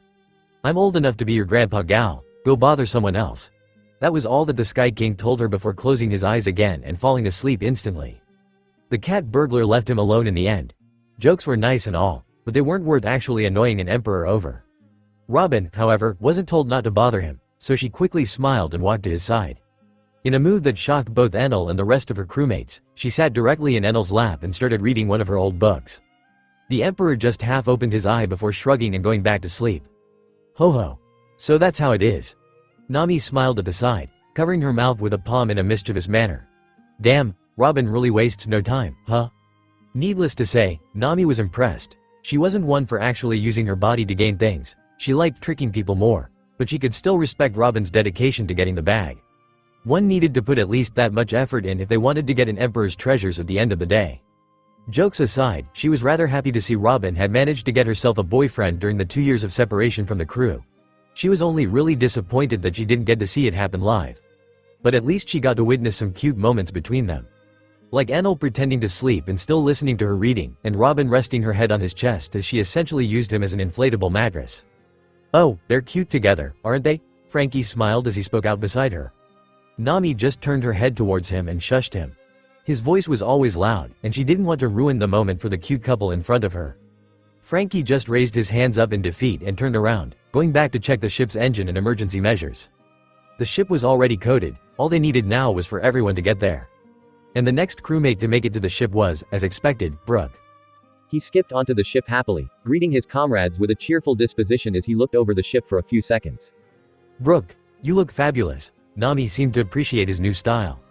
The skeleton laughed a bit and bowed slightly, looking Nami directly in the eye, despite not having any eyes of their own. "Yo ho ho, thank you, young lady, may I have your pant?" He, unfortunately, got rudely interrupted by a kick to the skull, quite literally. "Shut it." Nami just huffed and puffed, turning around and leaving the perverted skeleton's presence. "Oh, that's so cruel, Miss Nami. I'm sure that kick broke my nose. Not that I have any. Yo-ho-ho. Brook rearranged his hat and laughed a bit as he tapped his cane into the ground. Ha ha ha. You haven't changed a bit, Brook. Usopp immediately ran to the skeleton's side and crossed his arms, showcasing the muscles gained through his training. Brook laughed a bit more with his long-nosed companion before finally turning his head towards Robin, who tore her gaze away from the book in order to wave at him with a smile. Ho, seems Miss Robin has made a lot of progress, even went ahead and got a boyfriend. The skeleton could tell that Robin was stronger than before, likely even stronger than him. But he didn't dwell on it much, he was a musician first at the end of the day. We're just friends, Robin stated with a calm smile on her face, to which Enel also nodded.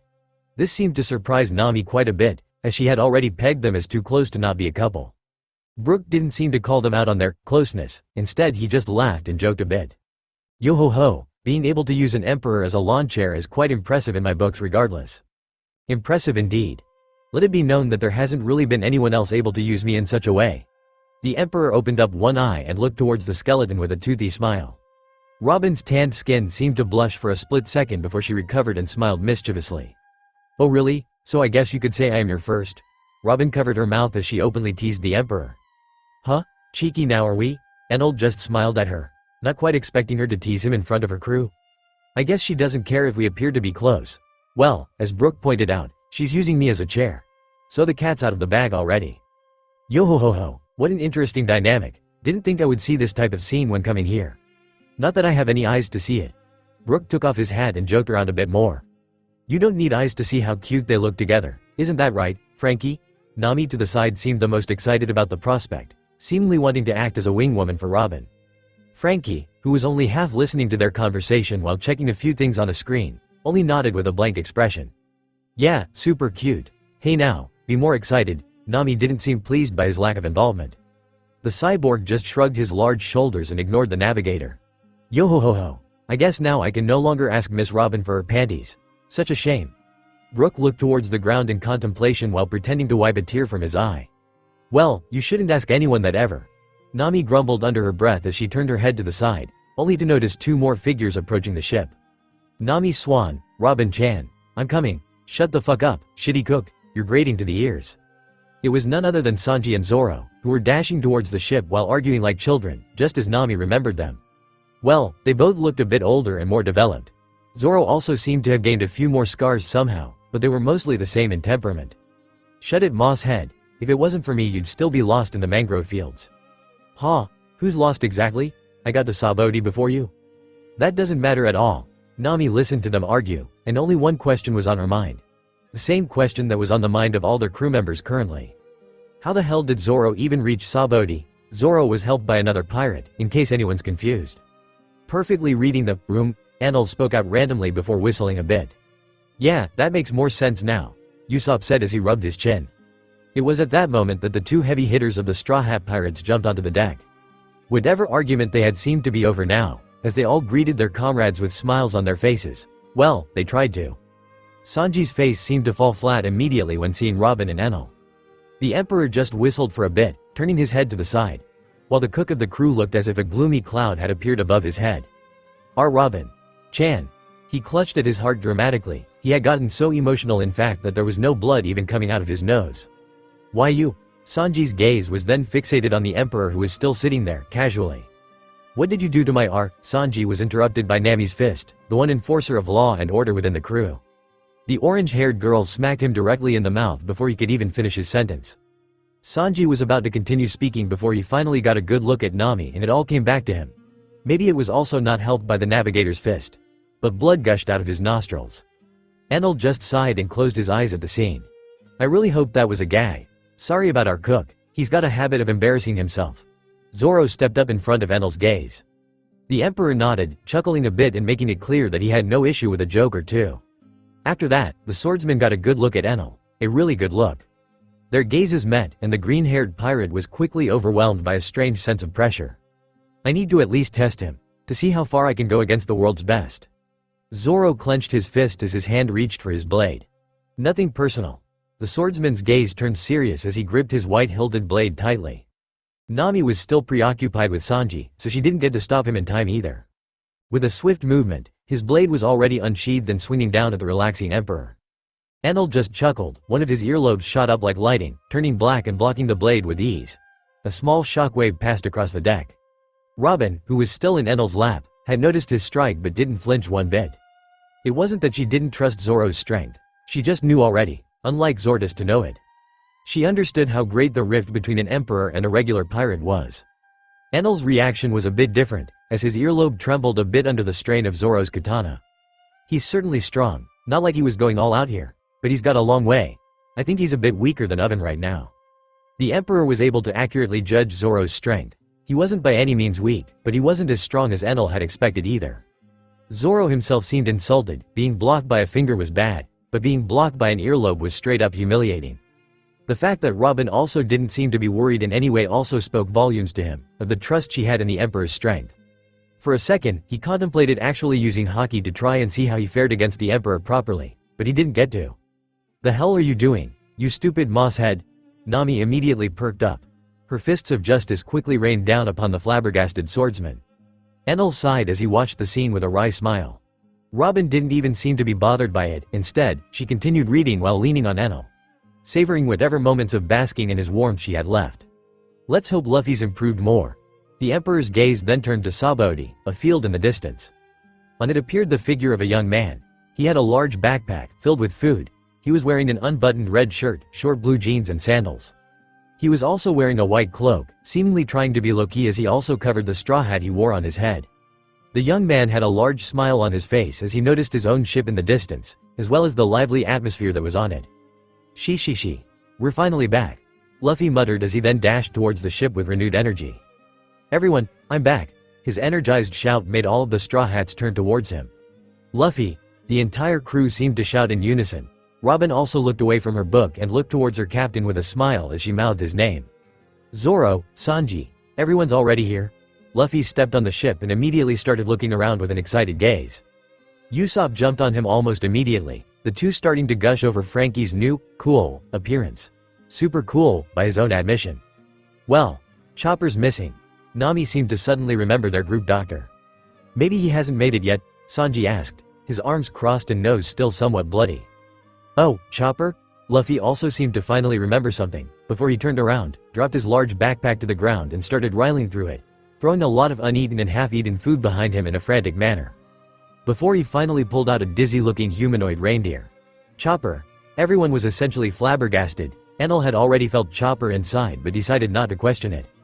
"I was paying attention to the island, but I missed a few minutes while bantering with the Straw Hats.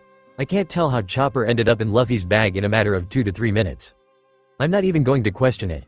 Eventually, Luffy's gaze also reached Enel. "Long ears," the Emperor just sighed. "Here we go." As Luffy noticed Enel's presence, his eyes widened as a smile spread on his face.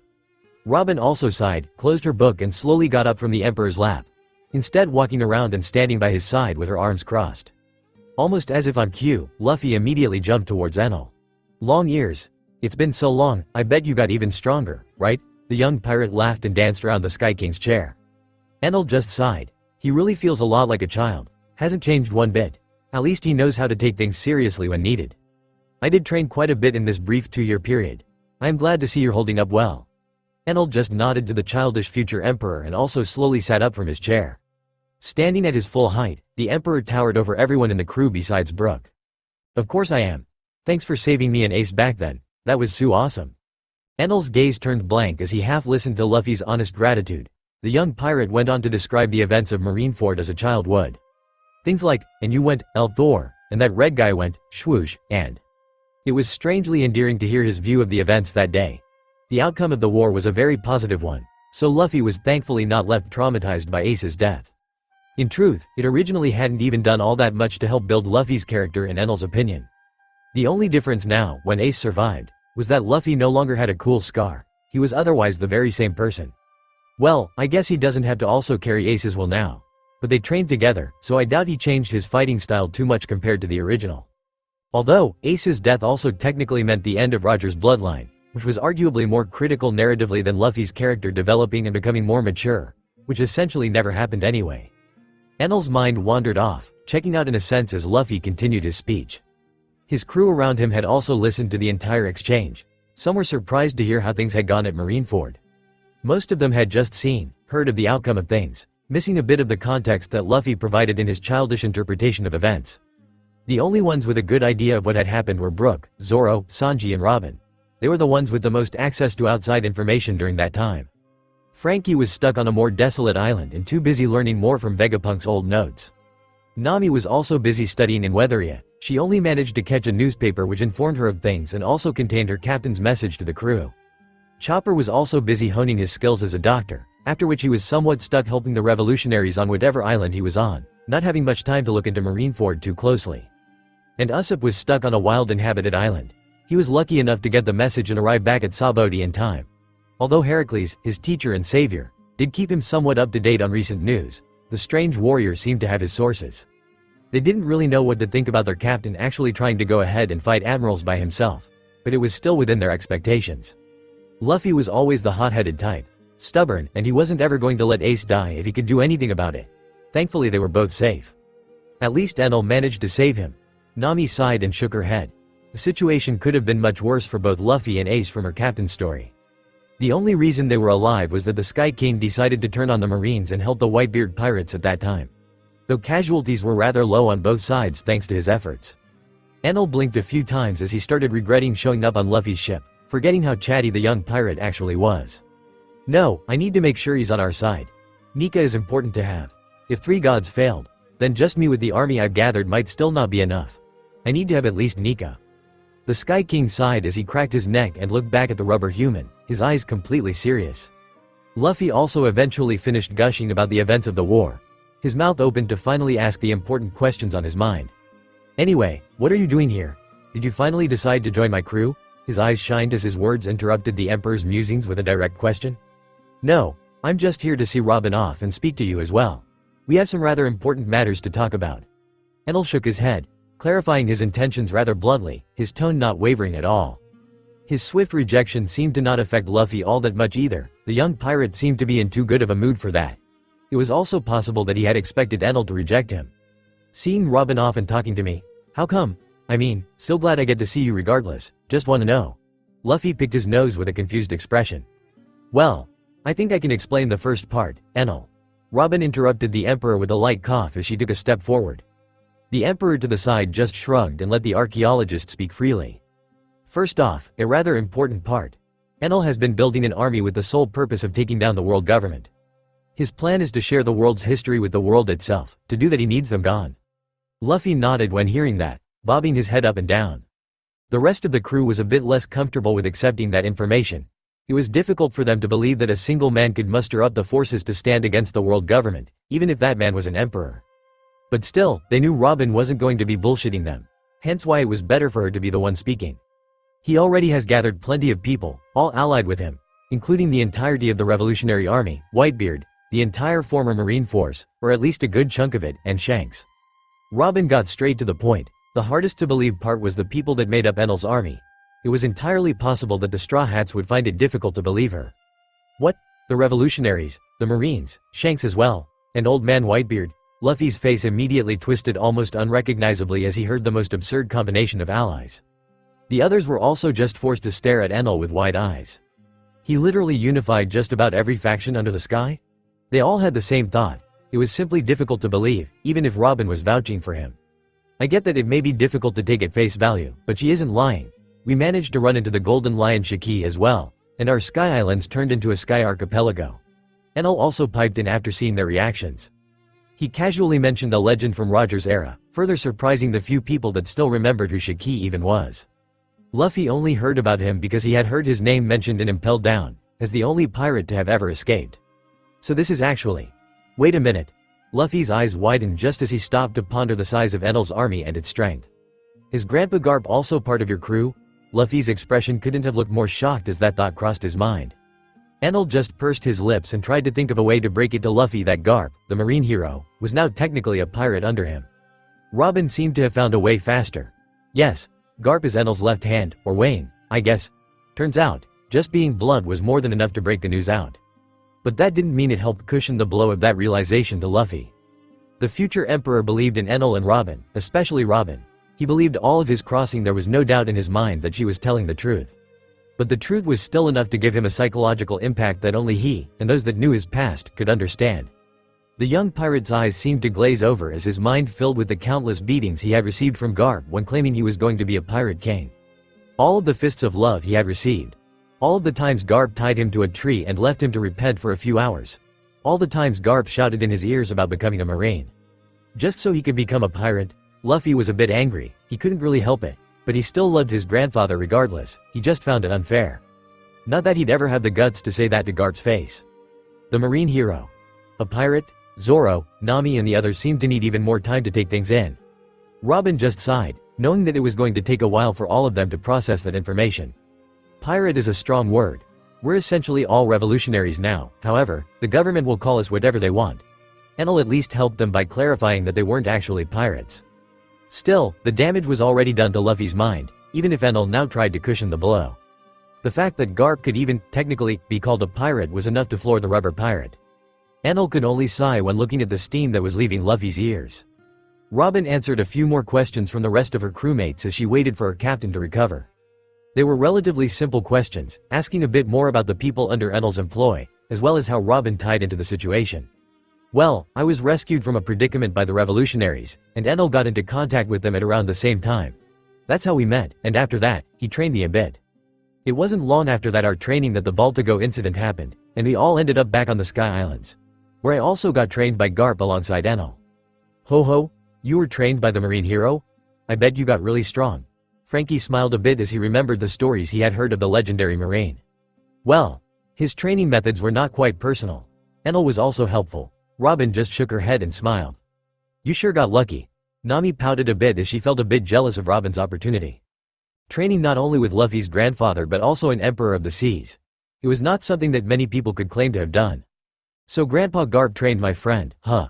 Luffy scratched the back of his head as he tried to remember Garp's style of training. Is your head okay? That was his next question. Quite logical too given his knowledge of Garp's methods.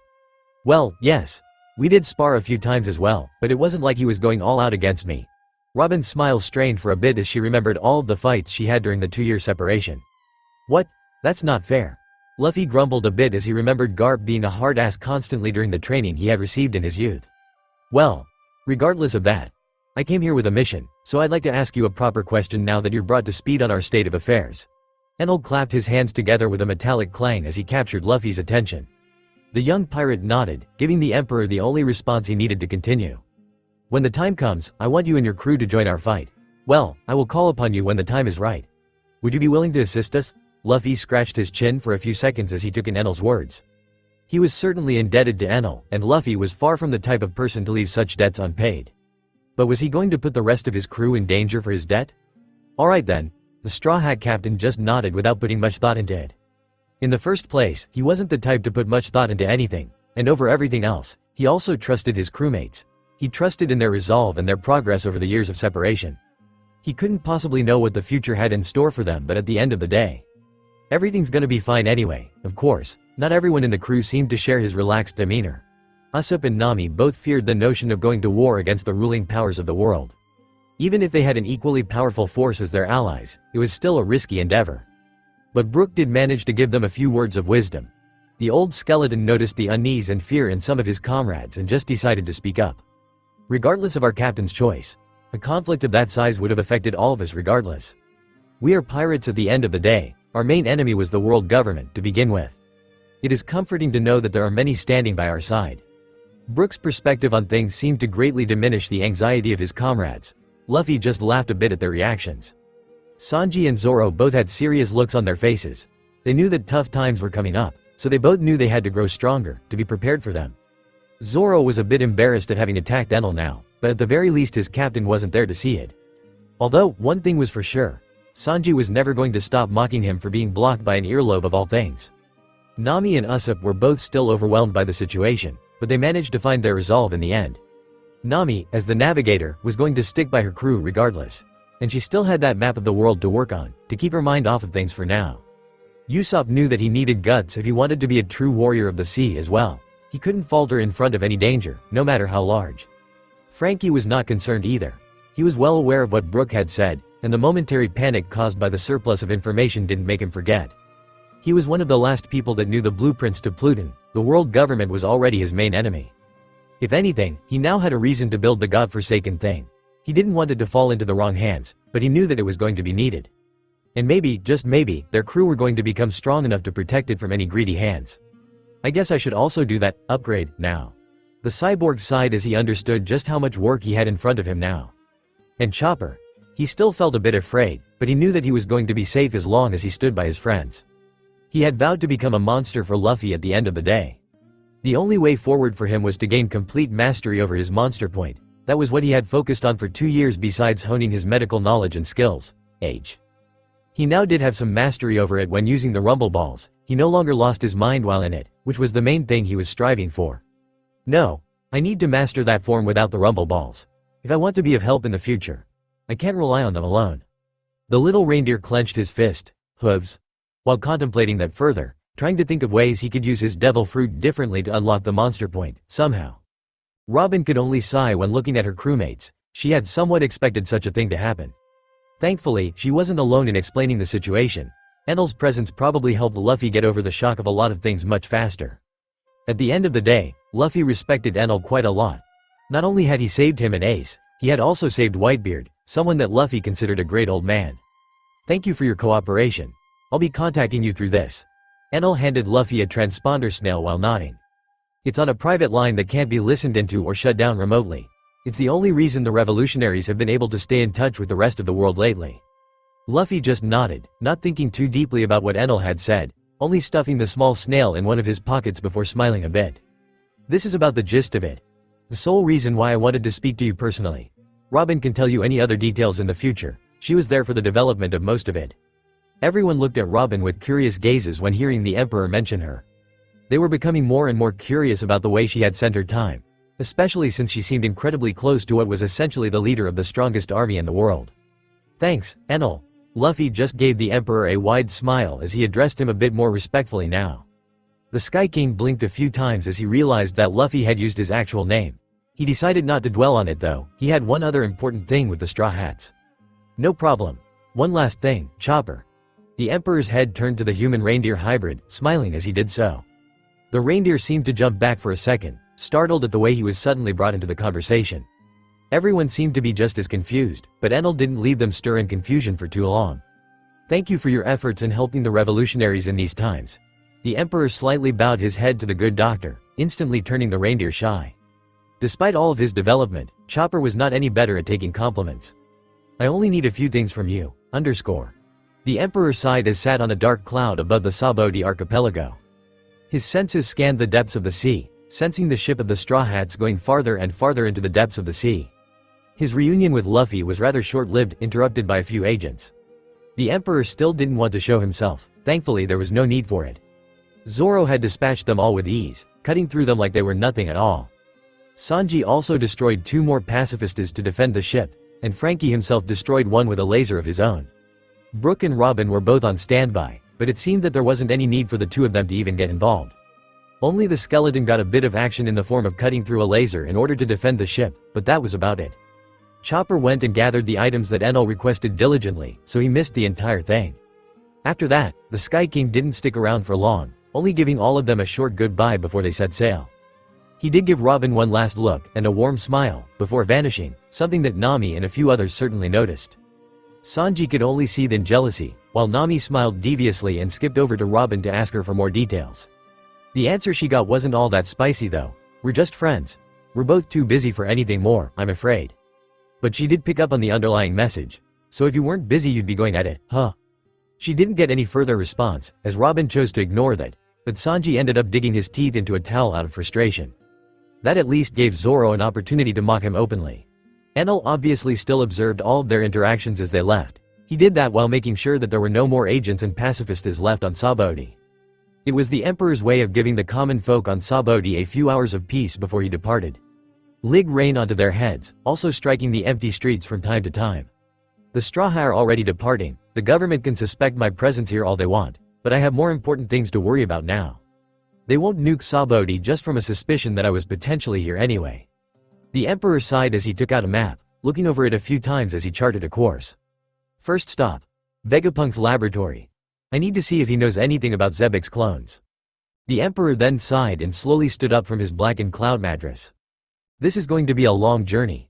Enel breathed out a bit of steam before he vanished completely from that place, turning into an electromagnetic wave and traveling in the direction of Egghead Island at the speed of light. He was a long way off from controlling it perfectly, but overshooting the island only for a few hundred nautical miles was already decent enough. I am getting better. I guess, let's just hope Vegapunk has time for me, and that he isn't too closely monitored by the elders. Vegapunk's original body, Stella, scrambled to clean things up as it received contact from the Sky King, Enel, announcing an impromptu visit to his Egghead Island. Shaka, the NR.1 satellite or Punko 1, also helped in shutting down all defense and surveillance systems on the island. It was only a matter of time before the Emperor stepped on their island, and they needed to make sure to cut any and all contact with the outside world, to prevent the government from listening into their conversations. It wasn't overly difficult to do, especially for someone with Vegapunk's intellect. The fact that he designed the entire island also helped, but it was still going to rouse suspicion regardless. At this point, it's only a matter of time before they decide we are not worth keeping around. Vegapunk's original body couldn't help but sigh in contemplation. They needed to prepare for the worst, sooner rather than later. All of their lives would be in danger. Both he and everyone else on that island would have to fight for survival. Some of the greatest minds in the world were all working under him. They would all have to either betray him or fight alongside him. And Vegapunk, despite his immense knowledge, had no way of being sure of what each and every one of them would choose. Any day now, one of them will inevitably betray us. It led to the current situation, where Vegapunk was no longer feeding those under him as much information regarding the Seraphims, which was their most important project currently. Everything should be prepared. Shaka sighed by his side as he slowly sat down. The other satellites were still hard at work. Most of them were constantly working on the Seraphims, a project that was already in its final stages. The only problem was the fact that they were still going to listen to the government and the elders first and foremost. Vegapunk couldn't alter that part of their conditioning unless he wanted the elders to act personally and kill him outright. Well, they were unlikely to even do it personally. They would likely just send the God's Knights to take care of him if things got too dirty. They had been completely silent despite the mess that the world was in. Vegapunk assumed that they were just at the elders' beck and call like usual, likely acting as the shadows of the elders at all times. As things stand, it might be better that Enel is visiting us this early. I can warn him about what is to come. Stella sighed as the automatic doors to his room opened up. And in walked the tall figure of a blonde man, hair swept backwards, wearing a white shirt and deep blue pants, as well as a pair of black shoes. He walked around with a staff in hand, using it as a walking stick. And his earlobes were also abnormally long, which was his most defining feature. Sky King, your visit is a pleasant occasion. Shaka was the first to greet him. Stella only nodded in agreement as he looked at Enel. The Emperor also nodded, exchanging pleasantries as he walked forwards and eventually arrived near the chair that was prepared for him, one large enough to fit his size. I'm sure you're both quite curious about my purpose here. Enel eyed the two versions of Vegapunk as he spoke out, and finally sat down while maintaining eye contact with Stella. Curious indeed. But I was not speaking emptily when saying that it is good to see you. We do have certain matters to discuss as well, but we can touch on them later. Stella nodded slightly as he also maintained eye contact, his gaze a bit more careful. It was clear that he didn't fully trust Enel either. But at least the Emperor wasn't likely to attack anyone on a whim. They were still allies at the end of the day. Although, he may be angry when he finds out about the Seraphs and how large of an asset they are to the world government. I'll just get to the point then. Enel nodded, smiling a bit as his senses studied the entire island. Say, have you guys been dabbling in cloning all that much lately? Was the only question that the Emperor asked, for now. I see no reason why we should lie to you. Yes we have. Cloning, genetical remodeling. Devil fruit cloning among other things. Why do you ask? Shaka nodded a bit as his masked eyes stared at the Emperor quizzically. Got it. And would you happen to be cloning members of the Rock's Pirates? Enel's smile vanished as he asked his next question, not answering to Shaka's in the process. And immediately, the atmosphere in the room took a turn for the worst. Did someone leak our internal documents? Stella was slightly panicking internally, his mind running a few calculations as to how Enel might have gotten his hands on such intel. It was a closely guarded secret that he hadn't let anyone else on the island know about. Only the upper echelon of the world government and Vegapunk himself knew what was going on. He wasn't worried about Enel attacking him or anything, but the fact that such information could be found out in the world was concerning enough on its own. No need to get worried, this was a rather accidental discovery. No one else in this world can find out about it easily. Enel seemed to understand his thoughts rather well. It wasn't hard for the Emperor to put himself in Vegapunk's shoes. He could tell from the panic in Stella's eyes that he had mentioned a touchy subject or some top-secret information. He doubted it was a touchy subject as Vegapunk didn't have much of a past with rocks, so only the latter option remained. I understand. This is a bit odd. Well, I was going to show it to you regardless. Would you mind walking with me? Both Shaka and Stella stood up. Enel raised an eyebrow but decided to just shrug and follow the two of them. They walked through a few corridors and took an elevator down. They rode that elevator for a few good minutes. Enel clearly felt how they dug deep underground. The size of Egghead Island still baffled the Emperor slightly. As an island, it was pretty ordinary in size, sure. But the impressive part was that the entire thing was basically one huge laboratory with different sections. It was a marvel of technology, one that far surpassed the technological advancements in Enel's old world. No wonder people say that stepping into this place is like going a few hundred years into the future. Eventually, the three of them reached a small part of the laboratory, which was sectioned off. Inside, Enel could feel several other figures, seemingly observing several large test tubes filled with strange liquid. Shaka opened the door, placed his hand on the scanner and walked through right after. Stella and Enel followed behind him, both entering the large room. Enel looked around with wide eyes. Around them were exactly 7 tubes, all containing children, with small black wings. These are the Seraphims, the project that the world government is currently making us work on.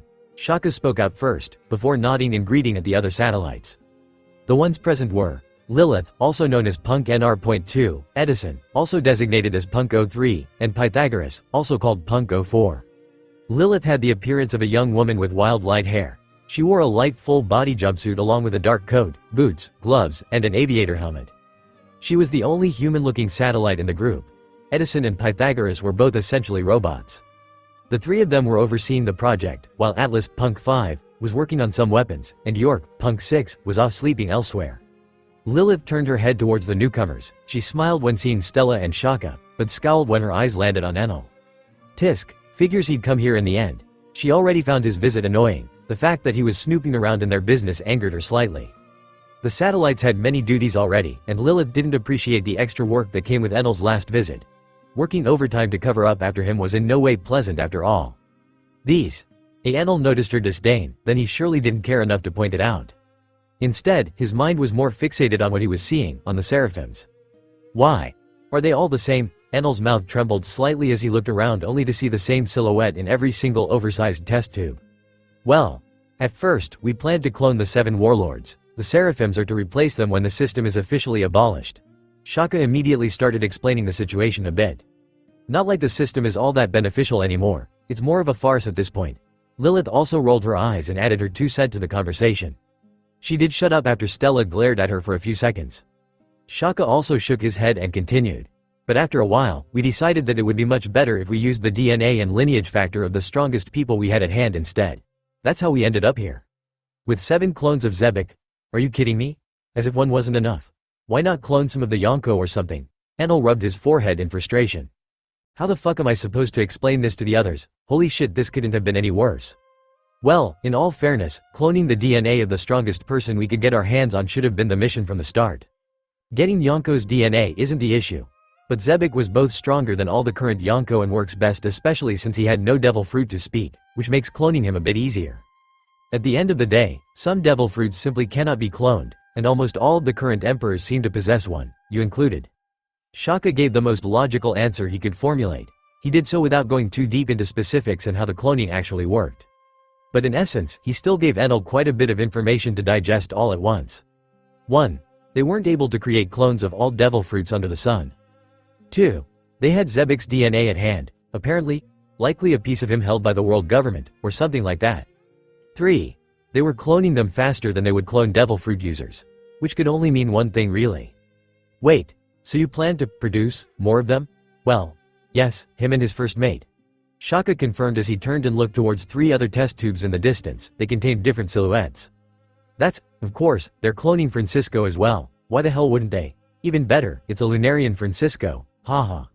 Should I destroy them now, before they get the chance to grow into a threat? Vegapunk's satellites and original body could feel their spines fill with sweat. They had no way of knowing what kind of thoughts would be running through the Emperor's head. He clearly knew who Zebek was. He clearly knew who Francisco was. Hell, Francisco was reportedly alive and well, working under Enel. Enel looked at the floating bodies of the Zebek clones from around him. With a blank expression, he raised a palm towards one of them, and Shaka immediately jumped in front of him. The satellite's train of thought was relatively simple. I can't let him destroy the Seraphs. They are the next evolution for humanity, the rebirth of the Lunarian race. I need to talk him out of it. The Seraphims were not simply a tool for the world government and the genius scientists to use. No, they were an attempt at the revival of an ancient species. A species said to be the natural enemy of the world government. The government found quite a bit of pleasure in creating genetically modified slaves of that race, but Vegapunk's mind was set on something else. Something bigger than some play on power dynamics. So he couldn't allow Enal to destroy what they were building, not when they were so close to success. "Enal, please reconsider. They are far too important to simply kill off," the satellite shouted as his arms spread open in front of him, taking a selfless stance as he defended the seraph behind him. "Important? These things may as well be our downfall." Enal scowled a bit at Vegapunk. Who in their right mind would think giving these things to the world government is a good idea? If the seraphs got the chance to mature before the war started, then Enal had no doubt that his army would lose. The seraphs combined with the forces already under the government would simply crush all of the powers Enal had gathered. So the obvious solution in the Emperor's mind was to nip it in the bud. Get rid of the seraphs from as early a stage as possible. No, they are our future. Think of them as the last nail in the coffin for the world government even.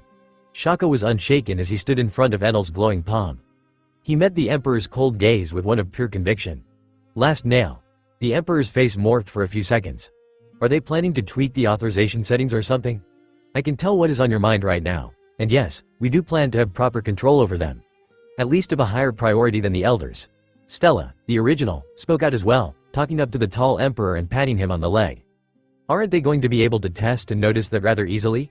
The Emperor raised an eyebrow as he looked at the other satellites as well. Vegapunk seemed completely adamant about protecting the Serpahims, to the point where Lilith had even pulled out a strange, futuristic rifle. We will make a temporary adjustment to get over their tests. After that, everything should go fine, if they don't get rid of us anyway. Shaka sighed as he looked back at the Seraphims which were still growing within their test tubes, unperturbed by the outside disturbance. So you suspect they will still kill you? Enal raised an eyebrow at that, unsure if the government was really willing to kill off the greatest mind within its employ. Inadvertently, the Emperor also lowered his glowing hand, giving the satellite in front of him some room to relax. We are almost 95% sure of it. We made many moves behind their backs, moves that they've been pretending not to notice for a long time, Shaka said as he finally let his arms fall to his sides and took a deep breath. Figures. I'll send some help your way, just give the word. Enal shook his head and turned around, still looking at the clones surrounding him. We appreciate the offer. Any help will certainly be needed. Who exactly are you planning to send? If you don't come yourself, that is. The Vegapunks could finally take a breath and relax as the Emperor seemed to have given up on destroying their greatest creations. I'm still deciding between Shanks and Whitebeard, each accompanied by their crews, of course. Most likely both. This is a rather important thing, keeping you alive that is. We'll see. It seems the Seraphs still need a few months in the oven at the very least. All of the satellites and Stella couldn't keep their mouths from trembling slightly as Enal casually spoke of some two of the strongest emperors of the sea and their crews casually. They calmed down rather quickly though, as they realized that was just the type of man they were speaking to. I think this will be it for my visit. This was all I wanted to check on. You already have a way of contacting Dragon and the others. Enal ignored their slight shock and turned around to walk out of the room. He gave the Seraphims one last glance, narrowing his eyes as he did. It's impossible to tell which one holds the original Zebek's soul. At the end of the day, the Emperor could only shake his head and hope for the best. If he's going to become a Seraphim, then he should be under Vegapunk's commands regardless. So technically he's on our side. Even if not, then I doubt Zebek would side with the world government in any universe or multi-universe in existence. In the end, the Emperor walked out of the room unperturbed, and disappeared, only waving goodbye to Vegapunk's satellites and original body one last time. The Emperor reappeared on a cloud a few hundred kilometers away from the island, lounging casually as he looked towards the technological wonderland with a conflicted gaze. That could have gone better. The Emperor felt slightly bad for putting Vegapunk in such a precarious position. He had no way of knowing how important the Seraphims were for the scientist and his satellites. Even so, the Sky King's concerns were nothing if not well warranted. Thankfully, Vegapunk assured him that proper measures to not allow the government to control them were put in place. At that point, the Emperor could do nothing but trust the man's genius. He was right after all. Under the right circumstances, the Seraphims were truly going to be the final nail in the coffin of the world government. With them on their side, the only real concern left was IMU's power and ambiguity. But upon further thought, Enal could also realize that the Seraphims were unlikely to grow enough to become too unmanageable a threat regardless. They were essentially going to be child super soldiers at best, powerful, but not overwhelmingly so, not enough to ruin Enal's plans. So with or without them, IMU was really the only real threat to their almost assured victory. I guess all that's left is for me and Luffy to awaken, and for the third god to be found. The Emperor then turned around and pulled out a rather large folded piece of paper from a side pocket in his furry coat. He unfolded it carefully and opened it up to reveal a large map of the world. Without wasting any time, he mentally calculated and marked his position on the map, while also setting course for his next destination. Raijin Island. Or, the Island of Eternal Lightning. The supposed grave of the former god of lightning and originator of my power. Enel only blinked once, stuffed the map back into his coat, and turned into electromagnetic waves. He traveled at the greatest speed he could, and before he even realized it, he overshot the island by a few thousand nautical miles. I need to get used to this. The speed was hard to control, but it was also very disorienting having to find his position once more and set course towards the island again. He didn't bother going full speed again, instead just using regular lighting speed to travel through the clouds and head for the island. All in all, it only took him a few dozen seconds. Enel didn't immediately approach the island though, he looked at it from a distance, judging it slightly. Purple lightning raining constantly on a seemingly bar. The lightning storm was constant and plentiful, the bolts of lightning were so powerful that they surprised even Enel. He immediately decided to approach the island with caution, and not from the clouds. He doubted that he of all people would get damaged by lightning, but he preferred not throwing caution to the wind when faced with what seemed to be Haki-charged lightning. 800 years after his death, his grave is covered in Haki-charged lightning. Maybe that's why IMU's eye hasn't nuked this island yet. Although Enel could sense everything in his surroundings, the center of the island seemed to be covered in a strange fog in his sight. Looking with an open eye, the middle of the island had a lightning pillar constantly in place there, which seemed to be the one negating his vision. His radar was also ineffective, as his electromagnetic waves couldn't really penetrate the strange lightning.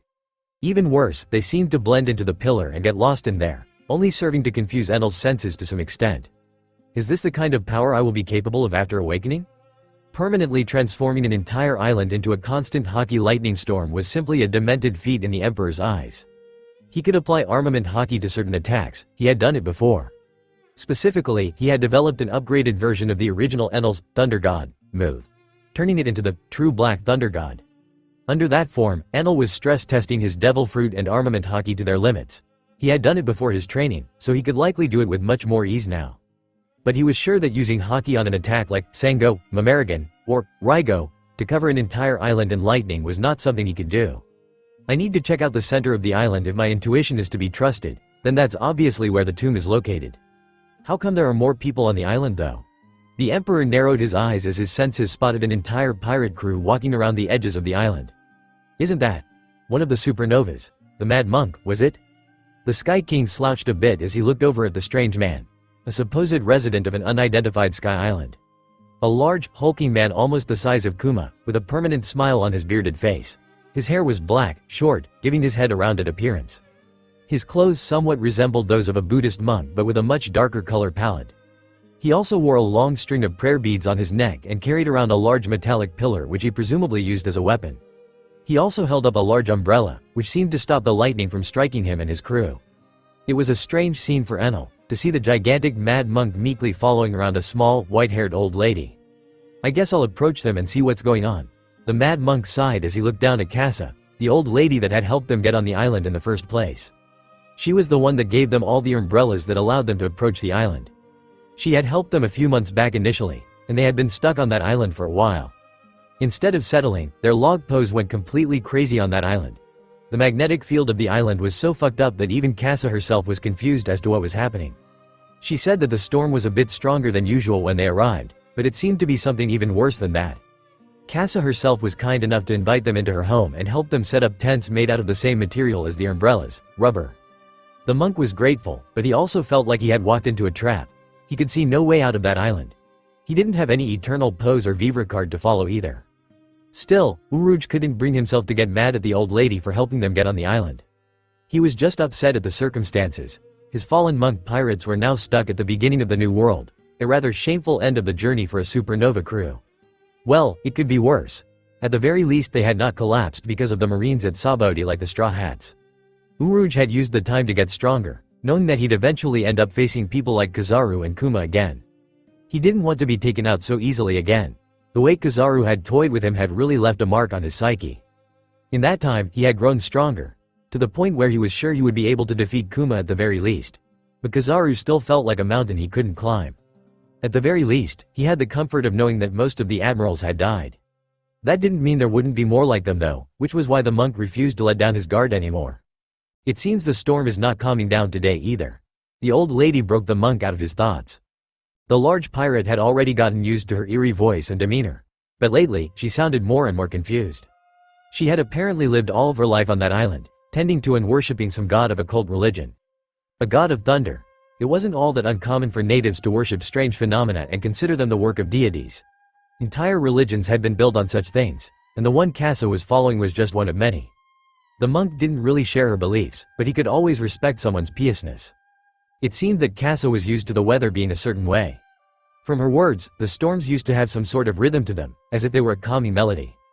Casa had said that the calming melody usually spoke of how their god was sleeping. But now things were different.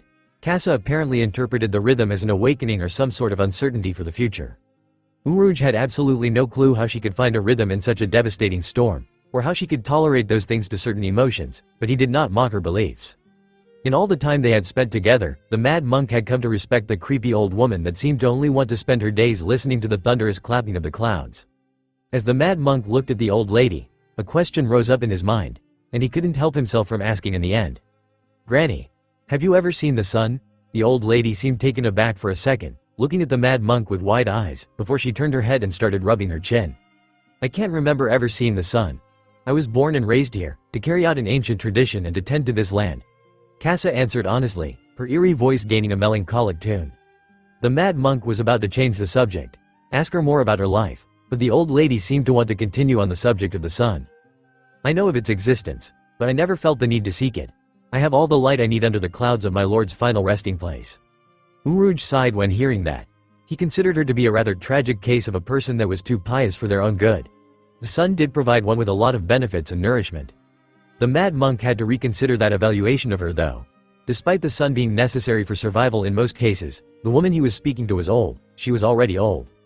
It was clear enough that she didn't need the sun to get to that age. It somewhat made the monk wonder if there truly was something special with the woman's religion. Her next words solidified his suspicions though. "It's kind of you to worry for me, but you don't need to. I am not that closed off from the world. People like you come here all the time. Well, not everyone is this kind. But my God always protects me." The mad monk's eyes widened as he looked down at the old woman. "Protects you?" The very notion of a weather phenomenon protecting someone seemed to weird out the monk. Casa seemed to be oblivious to his odd reaction. Instead, she just closed her eyes and smiled, almost as if she was remembering a good moment. "Pirates, weak and strong, government agents. I welcomed many on these islands. Those that tried to harm me met their end here, on these scorched lands. But the umbrella you're holding above your head is not ever going to be able to protect you from my lord's wrath. His lightning will melt through any defense you could ever muster." The mad monk's crew all overheated that conversation. Many of them could feel some sweat on their backs as they imagined the scene of a large lightning bolt swallowing each and every one of them. Uruj himself was not much better. He turned his gaze towards the clouds, his eyes narrowing. "Is this a sentient storm? Is the lightning itself sentient? This is?" The mad monk didn't have a lot of time to consider that though, as before he realized it, a blue lightning bolt landed at his side, startling him and causing him to jump away. In contrast, Casa was not even perturbed. She merely looked at the newcomer with a smile on her face. "Oh, a visitor with lightning abilities. A joyous occasion." Her eyes seemed to light up. She immediately lost her eerie disposition as she looked at the tall newcomer with hope. Enal looked down at the old lady and smiled. He then crouched down and greeted her on a more even level. "Hello there, thank you for receiving me with such a joyful disposition." The emperor's voice and presence seemed to startle the mad monk's crew. They all took a few steps back, their hands already reaching for their weapons, swords and guns, all at the ready. But they knew such things wouldn't make any difference. They recognized who they were looking at. The Sky King. Uruj's spine trembled at the very thought of facing such a man, no monster. The old lady seemed to once again be oblivious to their feelings, however. Instead, she seemed to be caught in her own world, and the only person that she could see was Enal. "Joy? How could I feel anything but joy?" Casa's bright smile was a stark contrast to her previously confused and eerie disposition. It was almost as if the fallen monk pirates were looking at a different person. "Finally, with you here, the prophecy will be held true. Finally, the usurpers will pay for what they've done." Casa seemed to be so excited that she was unable to control her arms as they flailed around while she spoke to Enal. "Pay they will, if I am to succeed. What exactly is your job, however? What is the tradition you are upholding? Also, can you tell me a bit more about the storm here?" The emperor clearly had many questions. He had obviously heard the mad monk's conversation with the old lady. He was so enraptured by what the lady was saying that he had even forgotten to introduce himself to the pirates. Though it seemed that there was no need for analysis, he had a lot he wanted to find out about the island and Rajan's tomb, and he was now sure that the old lady in front of him was his ticket to those answers. Casa seemed more than happy to answer the emperor's questions too. She only spent a few seconds thinking further before speaking out again. "It is my job to lead you there, to the center of this storm. The tradition is of the shrine maiden of the thunder god."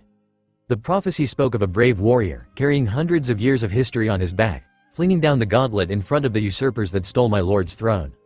A war. The world will be swallowed by unrest as a war will embroil all powers and decide the dawn of a new world, and the destruction of the current one. Enel blinked a few times, not expecting to hear that much information in one go. The old lady seemed to be rather knowledgeable on the subject, and she seemed rather willing to share. The emperor felt something that was familiar about her words, and after a few minutes of pondering it finally clicked for him. Whitebeard's speech. The last speech of the strongest man alive while on Marineford. While it hadn't happened because of Enel, Whitebeard was supposed to give one last speech to the world before his demise. To fan the flames that Roger had created. To drive the age of pirates forward to the next generation. It was one of the most memorable moments of the entire show, which was why Enel could still remember it. The old Whitebeard spoke of a very similar prophecy as the old lady. He said that Sengoku and the world government feared that prophecy too. I may have forgotten about it, but have I been technically following this all along? It's not like this is a bad thing. I already knew I was a main actor in the prophecy because of my fruit. But did I inadvertently usurp Luffy's role as the one to fling the gauntlet in front of the world? Not that it mattered too much. The emperor wasn't concerned about Luffy's role being taken, he was more intrigued by the concept at that point. Luffy was still the incarnation of Nika at the end of the day. A man with a great destiny of his own. I'll have to ask Whitebeard about this at some point. His words were too similar to this old lady's. As he was pondering that, the fallen monk pirates were all trying to process the old lady's words. They considered her mad for a second, but the fact that the lightning was protecting her gave her words a lot of credibility as well. There was also the fact that the lightning didn't seem to want to hit Enel, despite the fact that he wasn't using any umbrella. Well, Enel's reputation did give him a lot of credibility when it came to being the man of prophecy. "Thank you for that, old lady." Enel nodded towards the woman, before opening his mouth again. However, the last question was left unanswered. Is the last Rajan still alive and protecting you? The old lady seemed to be taken aback by that question, blinking a few times before tilting her head. She eventually chuckled and answered the emperor's question with the same amount of energy as the rest. "My bad, it must have seemed like that, but no, my lord had long since passed.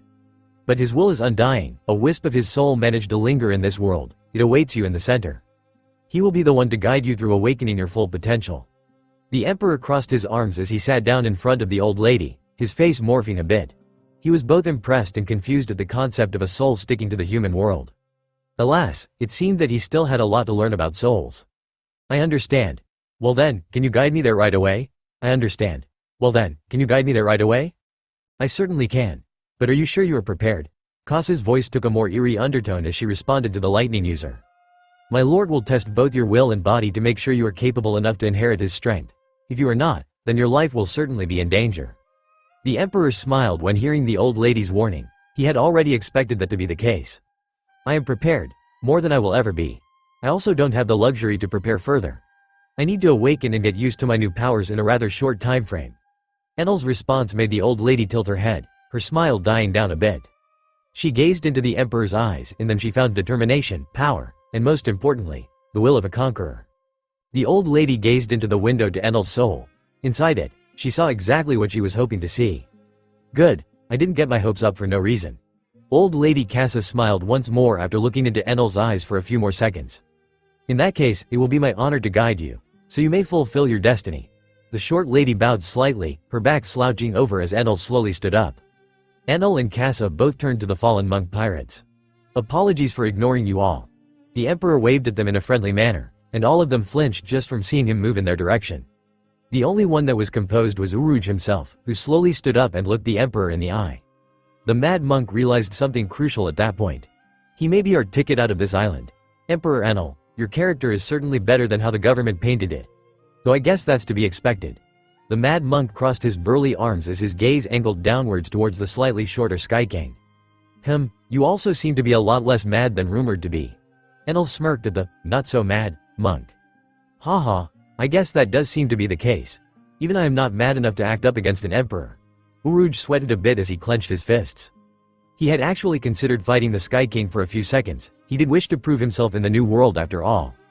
But now that he was faced with the pressure that an emperor could exude, he didn't even dare to move against him. Instead, he did the opposite. Would you be able to help me and my crew leave this island? We would be indebted to you if you were able to. Enel raised an eyebrow at the mad monk. Should I help him? There's not much he and his crew can do for me. But I also don't know if this island will be safe during my awakening. I assume it will be quite destructive. Well, it may also not be destructive at all, who knows? Just to be safe though. I will help you, however, I can. But first I will be going to the center. I recommend you all to sail further away from this island. It's very possible that the storm will become more violent. I will be protecting old lady Casa, but I cannot assure your safety in the same way. Enel didn't really know how the storm would react, he couldn't know, but it was the safest bet at getting the pirates to leave the island right away. Casa, the one person that could best interpret the storm, was also not refuting any of his words, which gave them a lot more credibility. Understood. Thank you for the warning, we will be anchoring ourselves a bit further away from the island. Uruj bowed his head slightly, closing his eyes as he did so. The pirates behind him seemed to already get to work. The very notion of the storm becoming stronger was enough to make them want to run away. They had enough provisions in their ships to last them a bit, so they weren't worrying about food for now.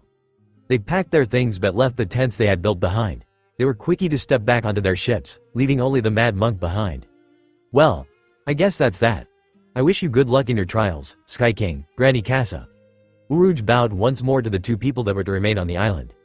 He brought his palms together in front of his chin as he spoke his farewell, giving them his blessing before departing.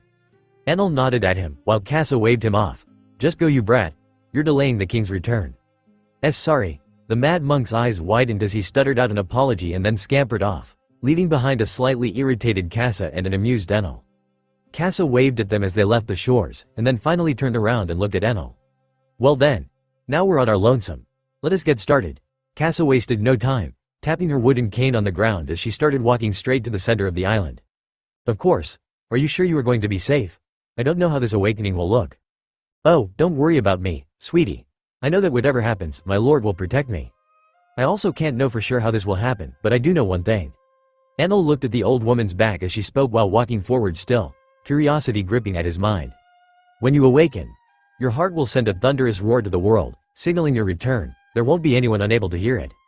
Enel blinked a few times, remembering the way that Luffy had awakened, how his heartbeat sounded the drums of liberation to a similar effect. Does that mean I have to die in order to awaken? He wanted to ask further questions, but the old lady became focused on leading the way and seemed to ignore any other probing questions he may have had. In the end, he would find out during the ritual anyway. He was going to do it regardless of what was required of him. The journey to the center of the island was surprisingly easy, for Casa that is. Enel, however, became a target with each step he took. The old lady called it the trial of resilience. His lightning clashed with that of the clouds, as he did his best to block the hits. In the process, he exerted himself to the point where his own lightning took a black color. Imbued with haki, his lightning was a lot more effective at blocking the Thunder God's tests. Enel also couldn't teleport away. His test included following the old lady, step by step. And she seemed to slow down at points too, panting slightly. My old bones need some rest, she would say before patting her knees. Meanwhile, Enel was locked in a struggle, constantly deflecting and blocking lightning strikes that seemed almost endless. Thankfully, his training with Garp had tempered him properly. He was able to go through the trial of resilience without much difficulty. Eventually, they came to the second trial, the trial of power. You need to create a pathway for us to reach the tomb of my lord. He will not give us access otherwise, Casa told the emperor as they reached the pillar of lightning that engulfed the center of the island. She didn't give him any more specifics, but the name of the test told him everything he needed to know. His task? Blow away the clouds above the tomb. It was simple enough, right? Well, the first Thor that Enel used seemed to get absorbed into the pillar, not doing anything at all, and not even getting close to the clouds. The second and third weren't much different. Even when Enel tried using armament haki, turning his lightning black, the same issue persisted. For a second, the emperor even considered using his final move, the true black lightning god, and clashing with the beam directly, but it just felt like the wrong way to go about things. Pure power seemed to be the approach of the trial. But Enel's strongest move, the Rygo, couldn't be used under those circumstances. Enel could likely perform a smaller Rygo from his own body, but it was going to be both tiring and likely ineffective. Instead, the emperor opted for the easiest option. It wasn't going to be easy, but it seemed like the easiest way for him. Exerting himself further, the emperor owed the ground and brought both of his palms together. He charged up lightning in his hands for a few moments, before he forcefully disconnected his palms, revealing a thick string of black plasma. 60 billion V Black Jambool, Black Thunder Dragon. From the string of plasma rose a gigantic eastern dragon. It flew towards the skies, creating a magnetic field of its own as it coiled around the pillar. Instead of touching the pillar, it was getting repelled by it. Enal smiled as he controlled the dragon to fly into the sky and boom! A gigantic explosion that shook the seas around the island broke the clouds above. Light shone through them, as Enal's charged dragon coiled around the hole it had created and forcefully sought to keep it open. So that's the sun.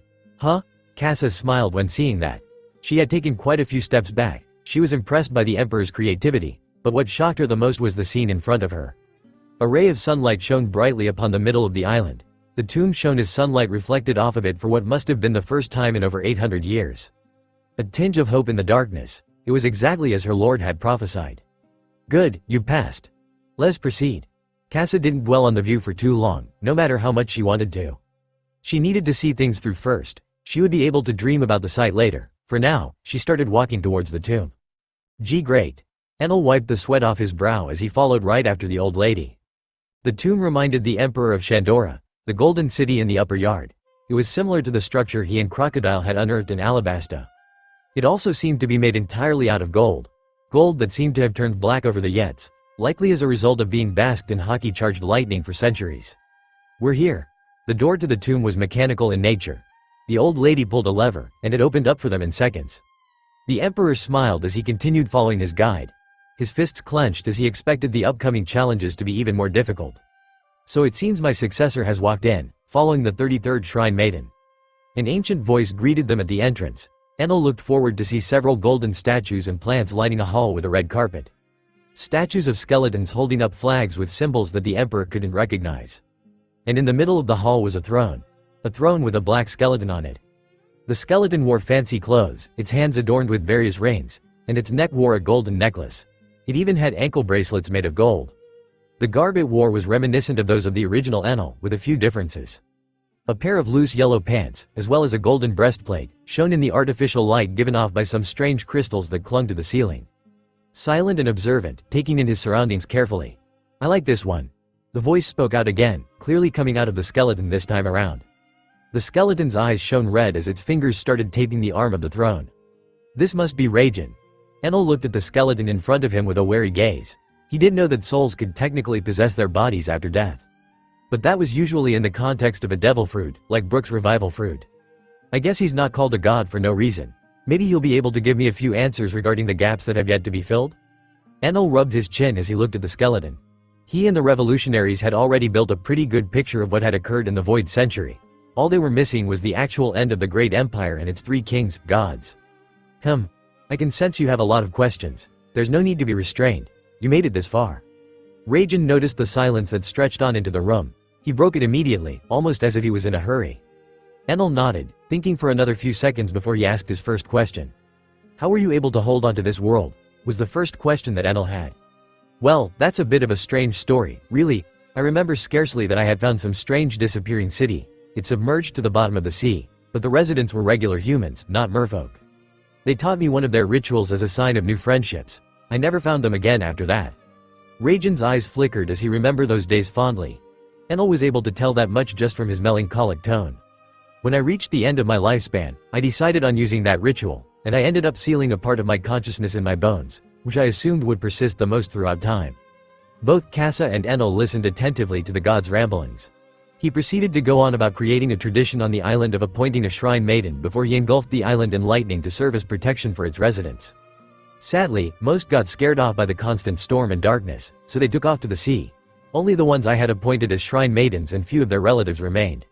The skeleton sounded a bit disappointed, saddened even, which was understandable. But Enal couldn't blame the people of the island for leaving it. Especially since most regular people didn't understand much about devil fruits, and probably thought the island was cursed or something. Those people couldn't see through our Lord's intentions. It is shameful for them to abandon the protection our God provided for the cruelty of the outside world. Casa was less sympathetic to the ones that had left. She likely already knew this story, or most of it, from her predecessors. Her opinions were already formed on the matter. Given her devotion, it wasn't even surprising for her to think like that. Anyway, that about sums things up. I could go on with a few more details, but frankly, my lifespan is limited. The god's words seemed to worry Casa greatly. Enal also raised an eyebrow. Limited lifespan? You are not alive. Enal was quite direct in his inquiry, something that managed to stir a hearty chuckle out of the skeletal god.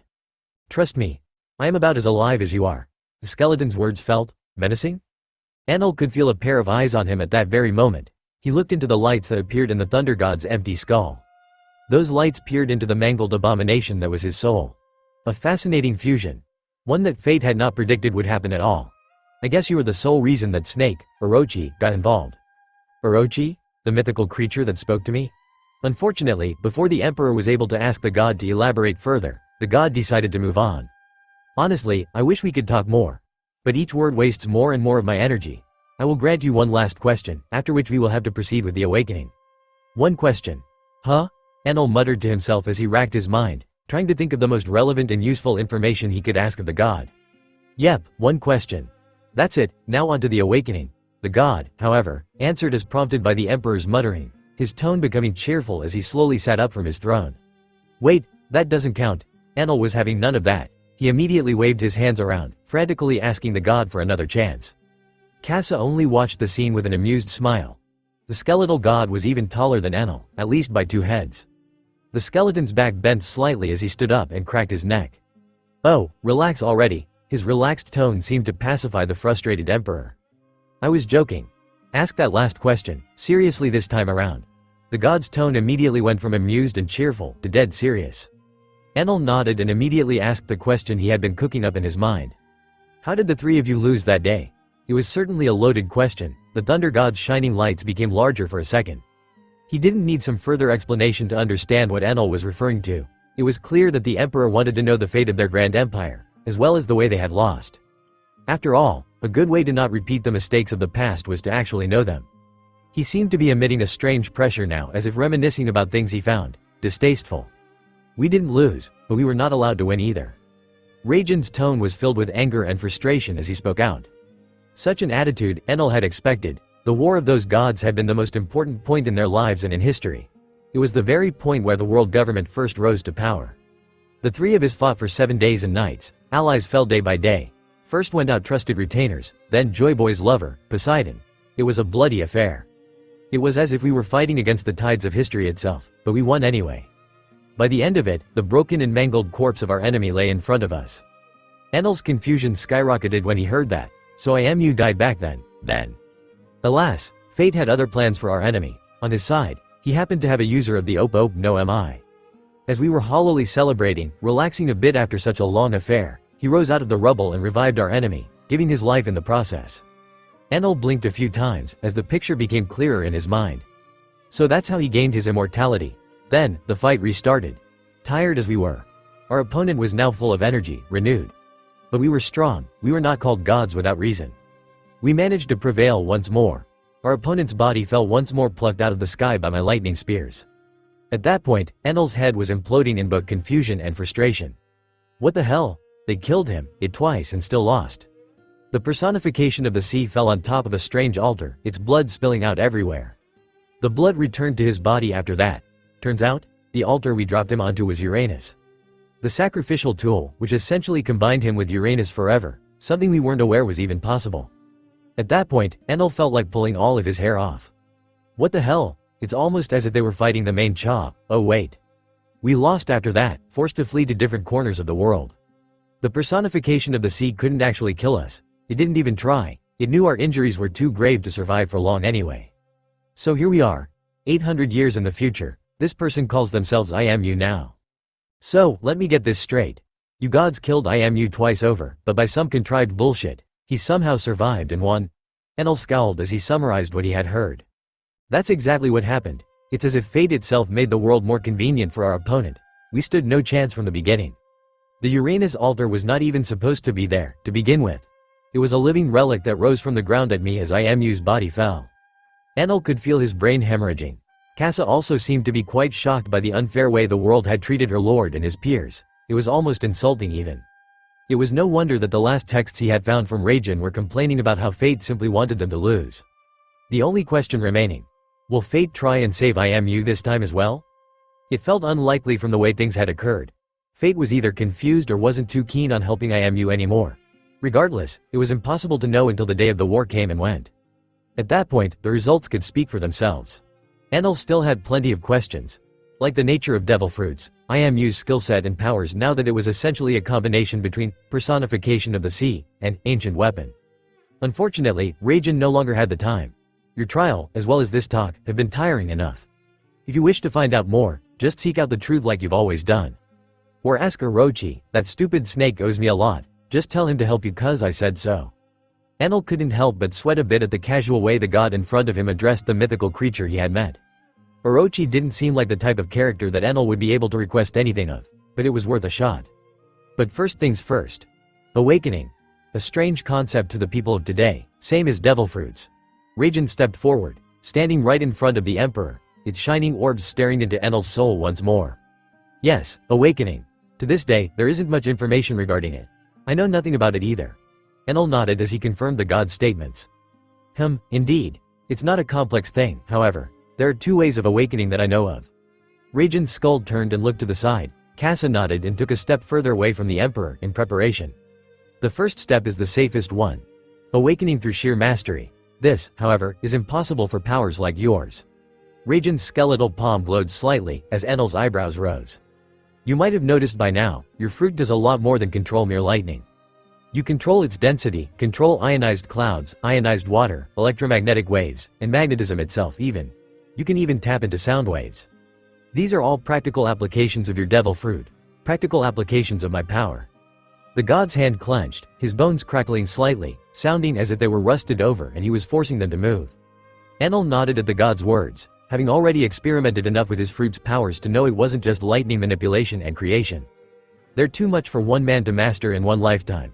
Many fruit users, even talented, will spend decades mastering their abilities much simpler than yours.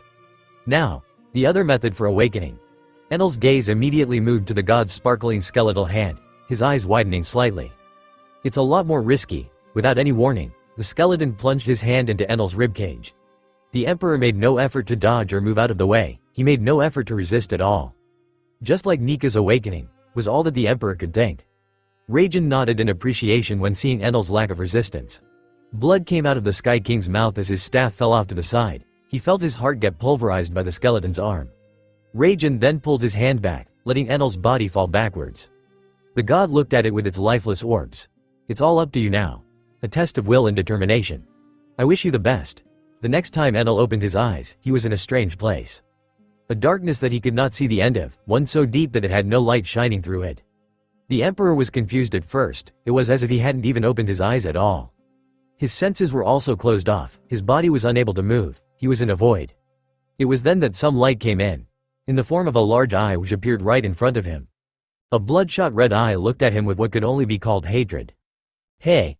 Enel chuckled a bit when seeing that all too familiar eye. He could finally move his body enough to turn his head. The pupil in front of him covered his entire field of vision, unfortunately. Thankfully, Enel no longer needed to look around in order to know where he was. Regardless, the Emperor didn't panic, instead, his eyes twisted upwards as a smile rose on his lips. I died, so you finally took the opportunity to pull me here? His voice sounded amused, not scared at all. After all, he trusted he was not exactly dead yet. His mind was strong enough, his body prepared as much as it could be.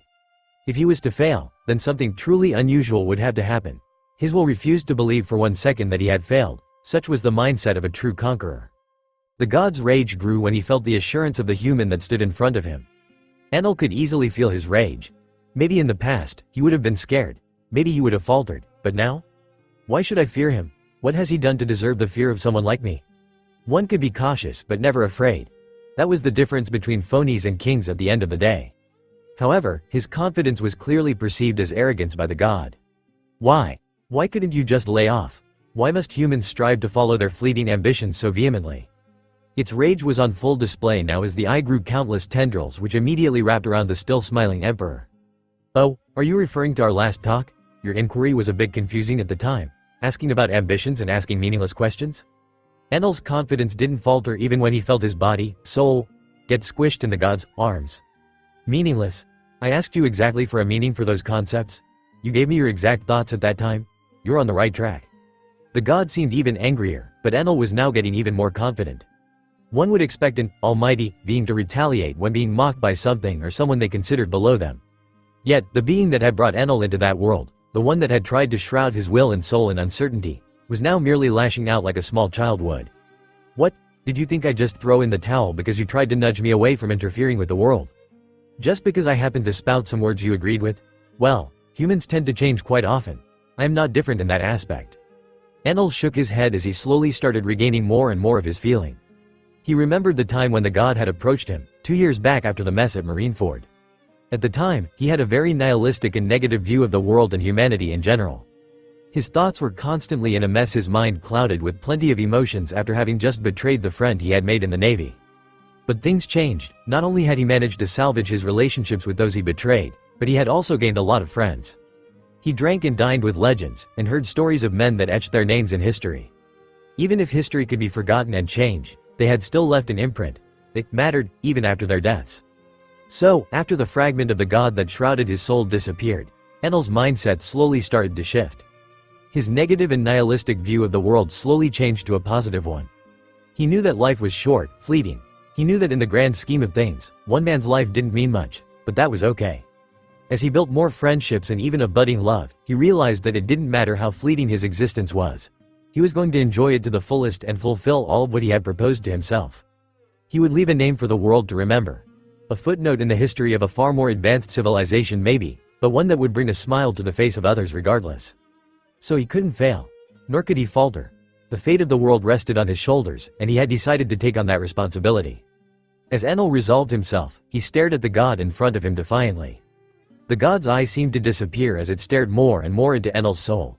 Instead of a giant eye, the god returned to Enel's old body, that of a well-built middle-aged man with black hair and handsome features, dressed in a classy black suit which was oozing with black sludge that transformed into tentacles that were still wrapped around the emperor.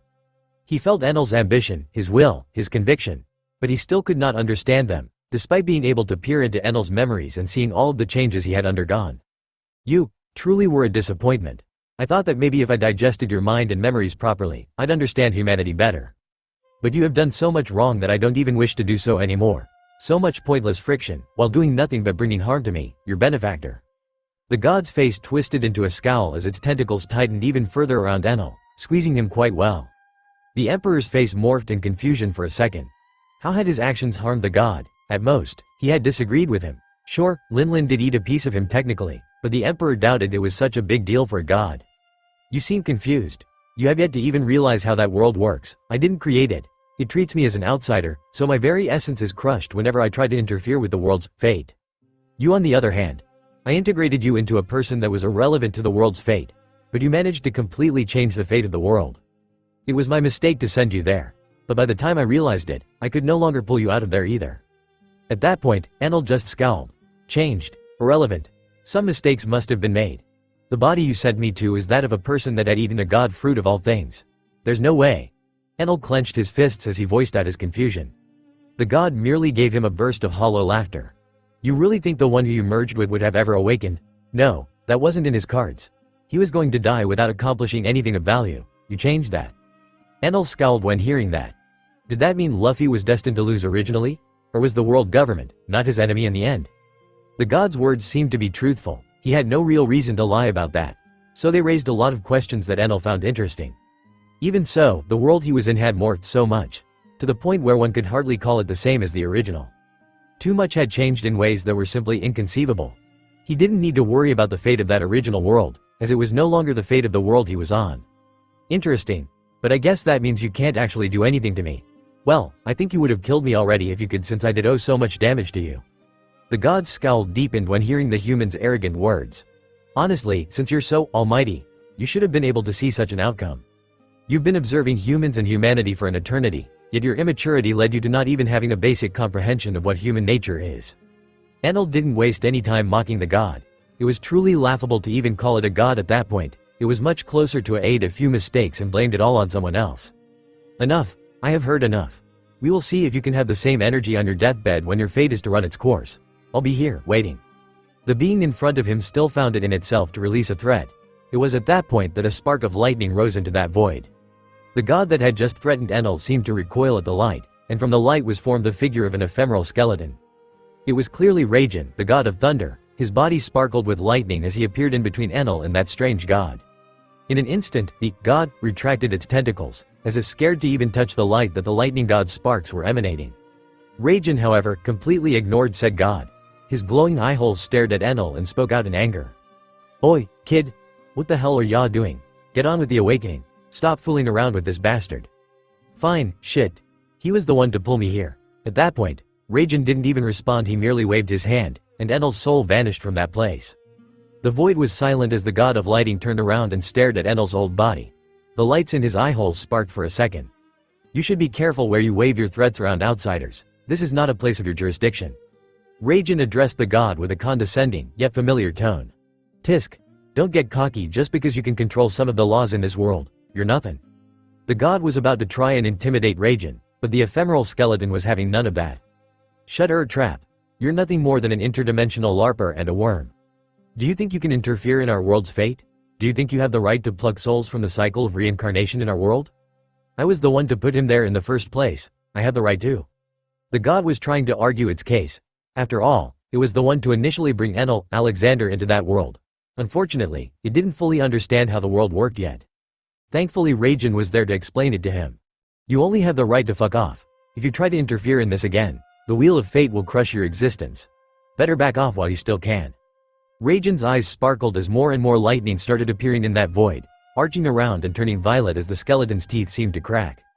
The god didn't seem satisfied with Raijin's explanation, unfortunately. It was about to open its mouth again before it felt an otherworldly pressure. Looking up, it could only see a wheel, larger than his eye could see. It seemed to spin without end, encompassing the world.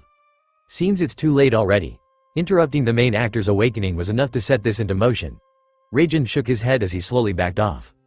The god tried to scramble. Its many tentacles wriggled around as red eyes appeared all over the void around it. "I won't accept tea." Before it could even voice out its disagreement, its fate was decided. The ever-spinning wheel tore through its tentacles. Its many eyes squashed and destroyed as the wheel kept spinning regardless of whatever puny resistance the god was putting on. "So long as you're here, in this world, there is no winning against fate. There is also no escaping." Raijin's lazy voice at the side reminded the god of its impending and unavoidable doom, as the wheel slowly started tearing up and crushing Enel's old body. "Still, I must thank you for bringing him into our world. Thanks to that, it may have a better future. You won't be there to see it though." As Raijin said that, he slowly turned around. The god behind him could only release a blood-curdling screech as the wheel of fate completely crushed its existence in that world. The wheel disappeared after that. Ever moving, always unseen, such was the nature of fate. The god it had just mauled was also gone now. Not one speck of his essence was left in that world. The god of thunder could only sigh, shaking his head as his body slowly vanished from that empty void. "That's one nuisance dealt with. Now if only my successor can focus on awakening already." Enel released an exasperated sigh as he found himself in a completely different place. A place that shone blue in light. He could feel the heat of the sun burning into his body as his eyes adjusted to the sudden increase in light. It didn't take long for him to realize where he was, and what exactly surrounded him. Lightning, plasma, pure energy from the way it felt. The Emperor's entire body burned slowly. In that second, he tried to use haki, his entire body taking on a black hue as he attempted to stop some of the heat from harming him. It felt fruitless at that moment. While managing to resist the heat better, he could still feel it burning his body. It was frustrating, and it was also likely what most of his opponents felt while fighting him. No matter how strong someone's haki was, they wouldn't be able to survive being engulfed by the sun. The only solution was to move away fast enough before the heat managed to do too much damage or dying. So this is how that bastard, Jack the Draft, felt when I dropped a Raigo on him. It felt odd, but in truth, Jack had been the only person that Enel had used his devil fruit at its full potential. He had taken down agents with lightning, but Raigo was on a completely different level from a regular, Thor, or stray lightning bolt. In the grand scheme of things, Jack was not worth a full-on Raigo. He was not strong enough to dodge Enel's regular lightning under any circumstance. But the Emperor had gotten excited at the time and decided to go all out for once. Currently, Enel felt like he was a regular human, thrown in the middle of a Raigo, which was why his mind wandered off to Jack, someone that wasn't truly worth his thoughts. Alas, the Emperor needed something to distract him from the pain. Slowly but surely, the light around him seemed to take different shapes in the Emperor's perception, as he struggled to resist. The shapeless lights started to look more and more like endless pillars to the Emperor. The distance started looking like a wall of bright light. It felt like he was in a room, a temple, even, a temple of lightning. So this is the awakening trial? Did the sun god have to go through something similar? At that point, Enel couldn't even remember at that point. Concentrating on anything felt difficult. It felt as if an eternity had passed when in reality it had only been a few seconds at best, and the Emperor knew it. He could feel his very soul burning, the searing pain threatened to knock him unconscious by itself. Had it not been for his training with Garp, Enel was sure that his body would have already been burnt to a crisp. His endurance had always been inhuman. Even without much training, he was easily on par with Luffy in that aspect during the Strafat's visit on Skypa in the original. Later on, after training in the Navy, he had grown strong enough to tank hits from a sickly Whitebeard, admirals, and even a half-serious Garp. Now, Enel's endurance had reached a whole new level, to the point where it was unlikely for most people to even be able to injure him. Even so, his body was still getting destroyed. It didn't matter how much endurance he had, he was still going to lose the battle he was currently in. There was no fighting back, he couldn't turn himself into lighting and blend into the temple, he couldn't fight back against the temple. It was as if his devil fruit powers had vanished. But his perception was still very much enhanced. His perception of time was what allowed him the time to contemplate his situation to such an extent. Regardless, all he could really do was burn, and burn quickly at that. Before the Emperor could even realize it, all of his limbs were already burned off. He had only lost concentration for what must have been a few seconds, while his mind drifted off, but all of his limbs were melted off. How the hell am I even supposed to do this? How is anyone expected to resist this? Even though he felt the situation was unfair, he didn't let himself get discouraged. He was still determined to see things through to the end. He wasn't just trying to awaken. He was awakening. There was no room for uncertainty or doubt in his mind. But frustration still seeped its way in, like the callous mistress that it was. Then, one more second passed, and he felt a part of his stomach being melted away as well. At that moment, his frustration dissipated. Why was he struggling so much? Why exactly was he fighting back against the temple that was trying to swallow his soul? Raijin never said how things would go, but I don't think there is anyone capable of actually surviving in this room for too long, so there's no way that is the actual trial. There was no other way around it. The trial, no matter how difficult, must have some way to be completed. Such was the case for the trials Enel faced when heading for the temple and following Casa. Otherwise, it wouldn't actually be a trial, but simply torture. So why exactly was Enel allowing himself to be tortured in such a way, when the trial had only just started? In that instant, Enel's heart beat loudly, as his body turned its natural color, his armament no longer fighting against the inevitable. That was the first step of his trial. Letting go, relaxing, letting nature take its course. It felt against the mindset of a conqueror, but at the same time, it wasn't. A true conqueror was already aware that nature taking its course still meant they were destined to conquer the world, they were destined to achieve their goals. They just needed to let nature take its course, and not fight it. In this case, Enel realized something. His trial was more symbolic than anything. He had racked his mind endlessly trying to understand what awakening would feel like, but it had never occurred to him that it would be something like that. Purification of the body and the soul. He felt his body being eroded, every impurity, every muscle fiber, every organ. They all melted away into that ziggurat of thunder and lightning. But at the same time, Enel only now realized that he himself was that ziggurat. He was the temple, he was lightning, he was the thunder. And when he came to that realization, all of the pain went away. He could see his body melting away, turning into a ball of liquid in the middle of the temple. He watched it with a disembodied smile as he could see it reforming. Thunder and lightning combined to make a new body, the world itself shifted, and the ziggurat was collapsing in on itself. All combined into one large ball of consciousness and reforming Enel's body anew. And at that point, while Enel watched his body be reformed, he could hear something different. His heartbeat.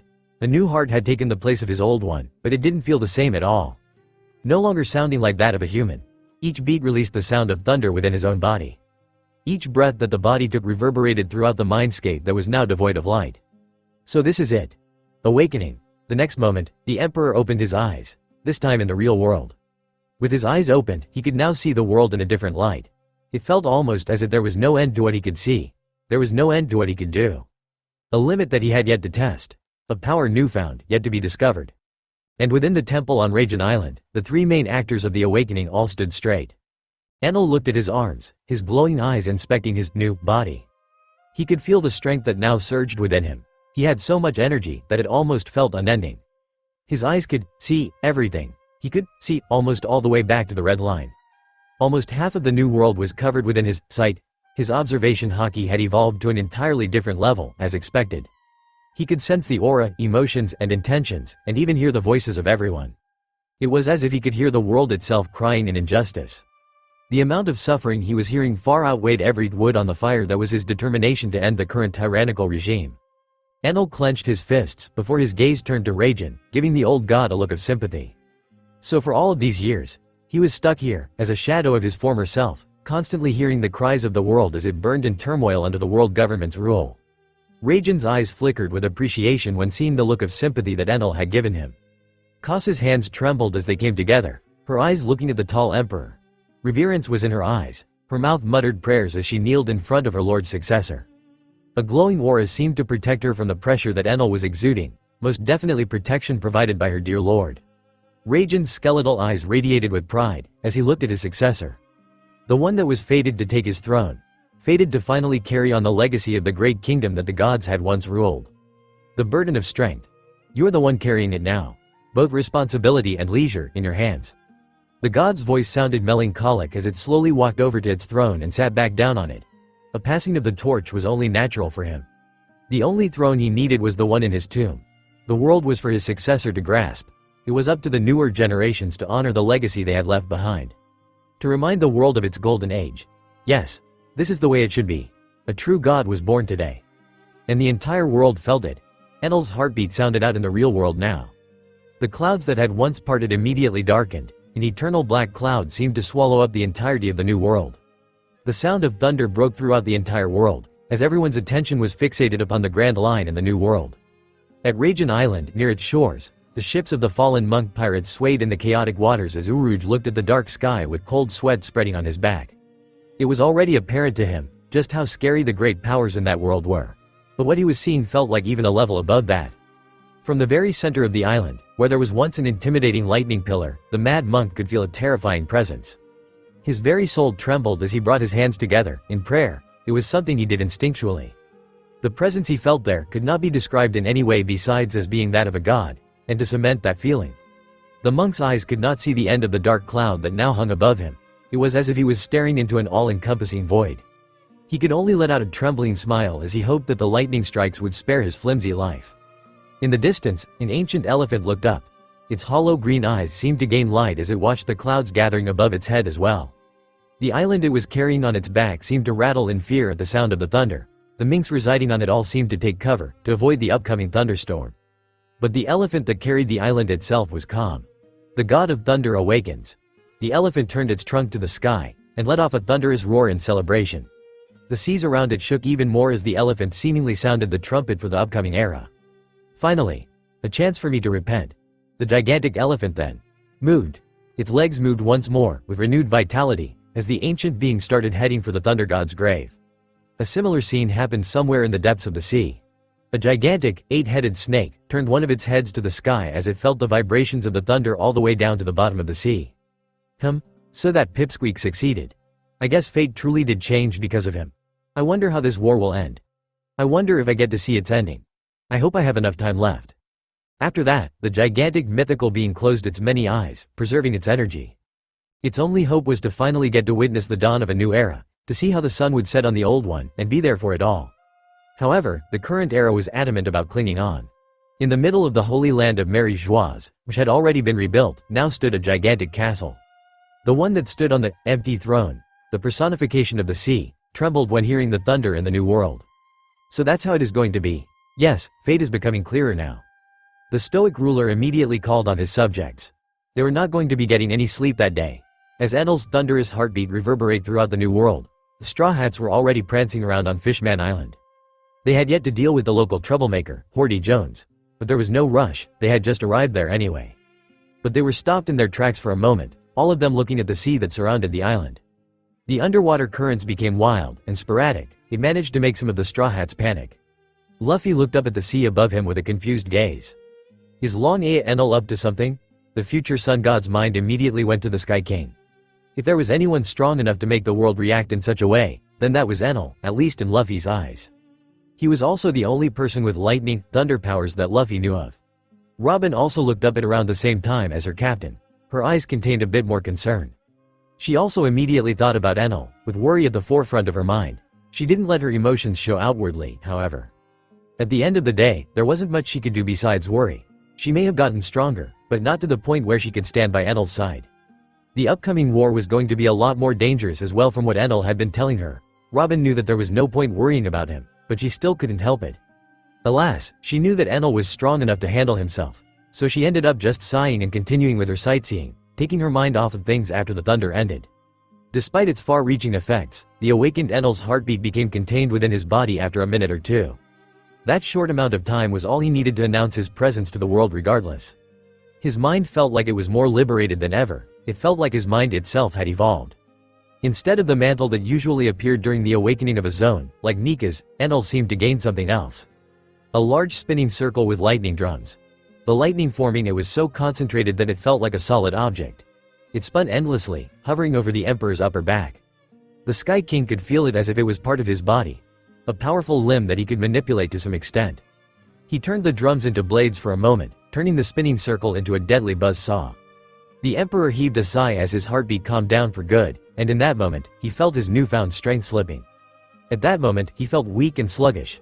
It was as if he had most of his senses cut, at least in comparison to before. His observation hockey range receded back to its usual, sensing only the island and the seas around it. Enel grasped at his head, as he felt one of the biggest headaches in his life splitting his head apart.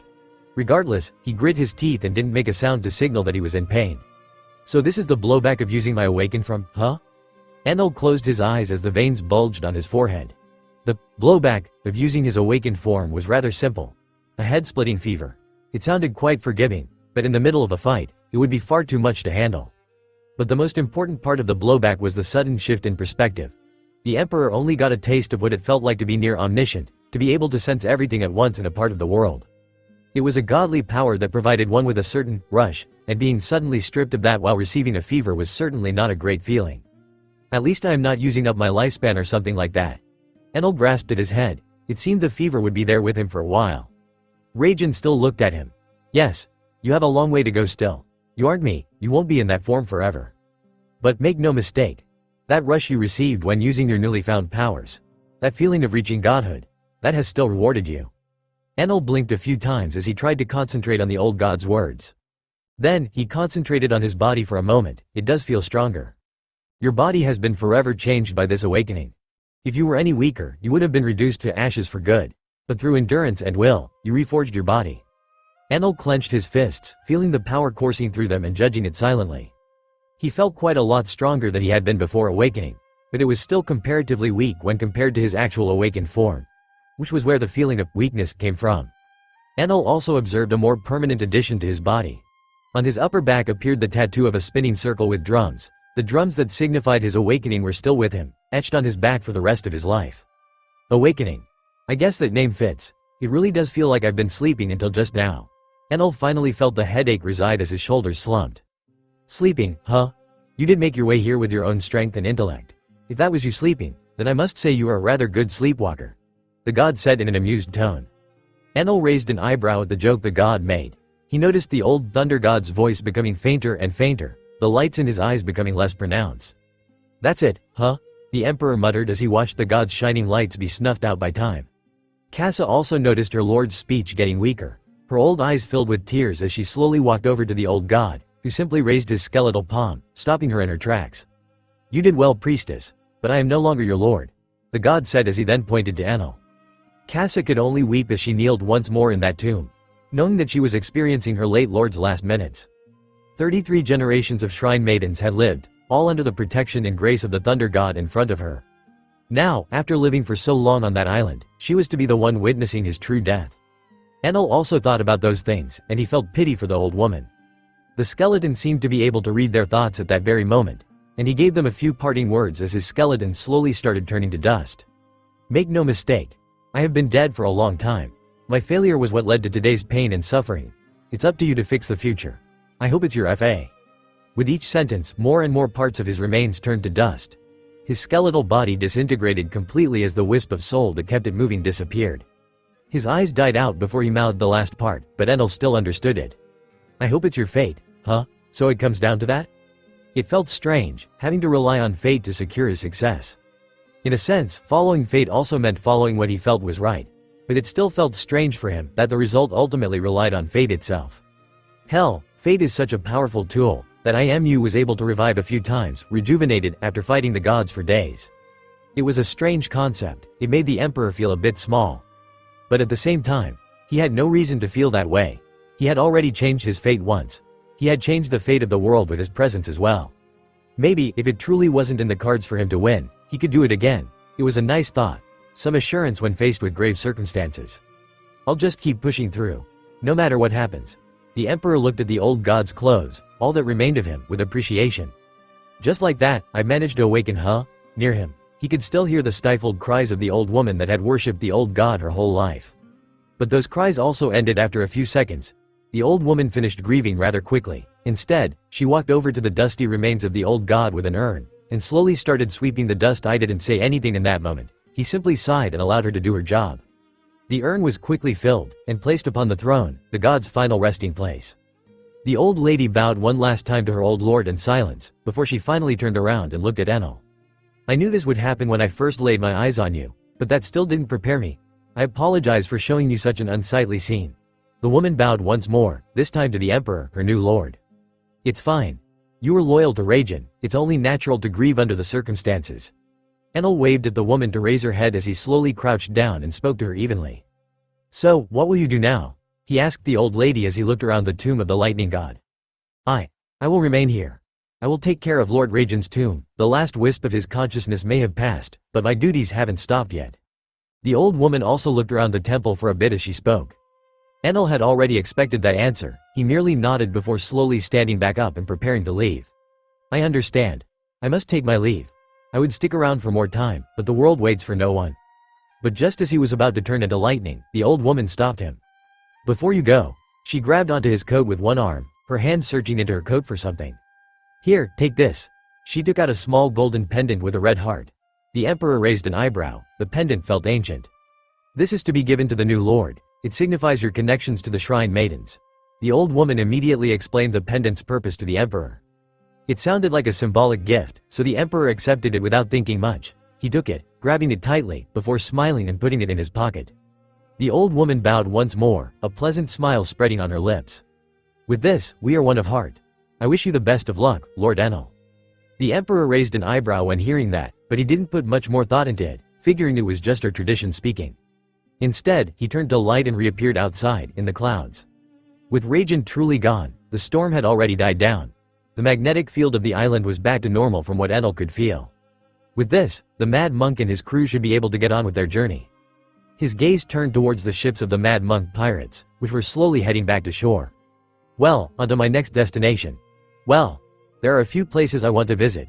Poseidon, Shirahoze for one. There's also the moon and Wano. I'll just go to Poseidon first, and check on the situation there.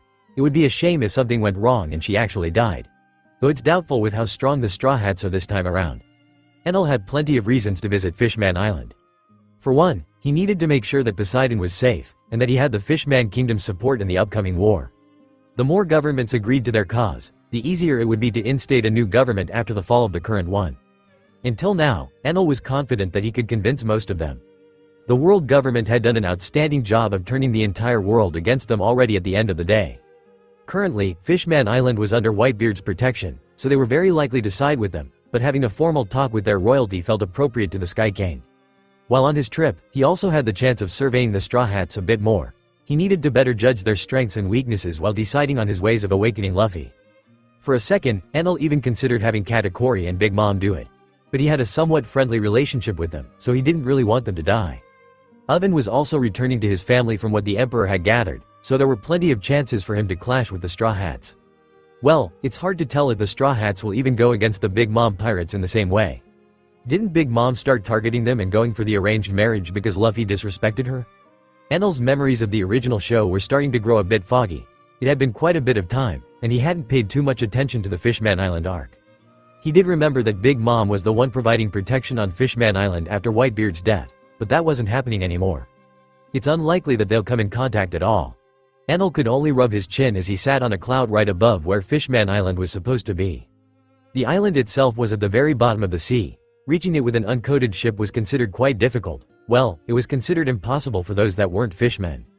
It was the fishmen that had built houses at the very bottom of the sea after all. If they couldn't reach it, then no one would have really been able to.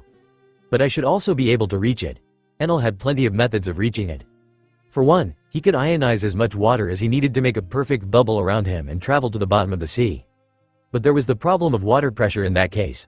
Unless he made the bubble around him spin really fast, then the pressure would burst it open quite quickly. The material used for coating a ship was specially made to withstand that pressure, but the water itself was not that great for protection. His second method appeared to be the easiest to achieve for now. Enal's plan was to just cover his entire body in a thick ball of lighting and allow himself to fall. Any water around him would just evaporate and he would essentially freefall to the bottom of the sea with ease. Observation Haki was a bit dulled underwater, but Enal could still sense things perfectly thanks to his Devil Fruit's radar, which he could use effortlessly now after undergoing both Garp's training and an awakening. He still needed to concentrate to keep it up, but he could at least do it without worrying about tiring himself out. His radar worked well enough, to the point where he could feel both Vanderdecken and the Flying Dutchman. But most importantly, he could also still feel Noah, the ship of promise, still resting on the bed of the sea in pristine condition. He always thought it a shame that the ship was damaged during Luffy's fight with the other fishman whom he didn't deem important enough to remember the name of. The Noah was a ship of great historic importance. It was the ship that only Poseidon could properly sail. Vanderdecken was able to essentially fling it towards Shirahoshi thanks to the nature of his devil fruit, which was rather powerful. But the ship could otherwise not really sail without the ancient sea kings pulling it, and they would only move at the call of Poseidon. They had done that in the show, stopping the ship and carrying it away, after Luffy almost destroyed it. Enal scowled as he remembered more and more details about the ruined Noah.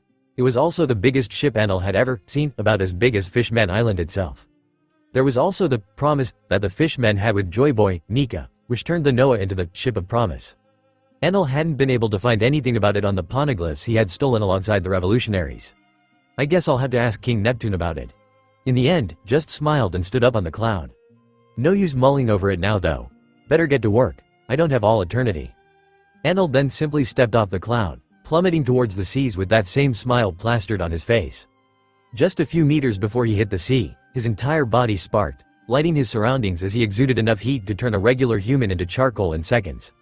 Enal never touched the water. Instead, he continued free-falling, exuding lighting and evaporating all of the water around him as he made his way to the bottom of the sea. The sea around him boiled and bubbles rose up.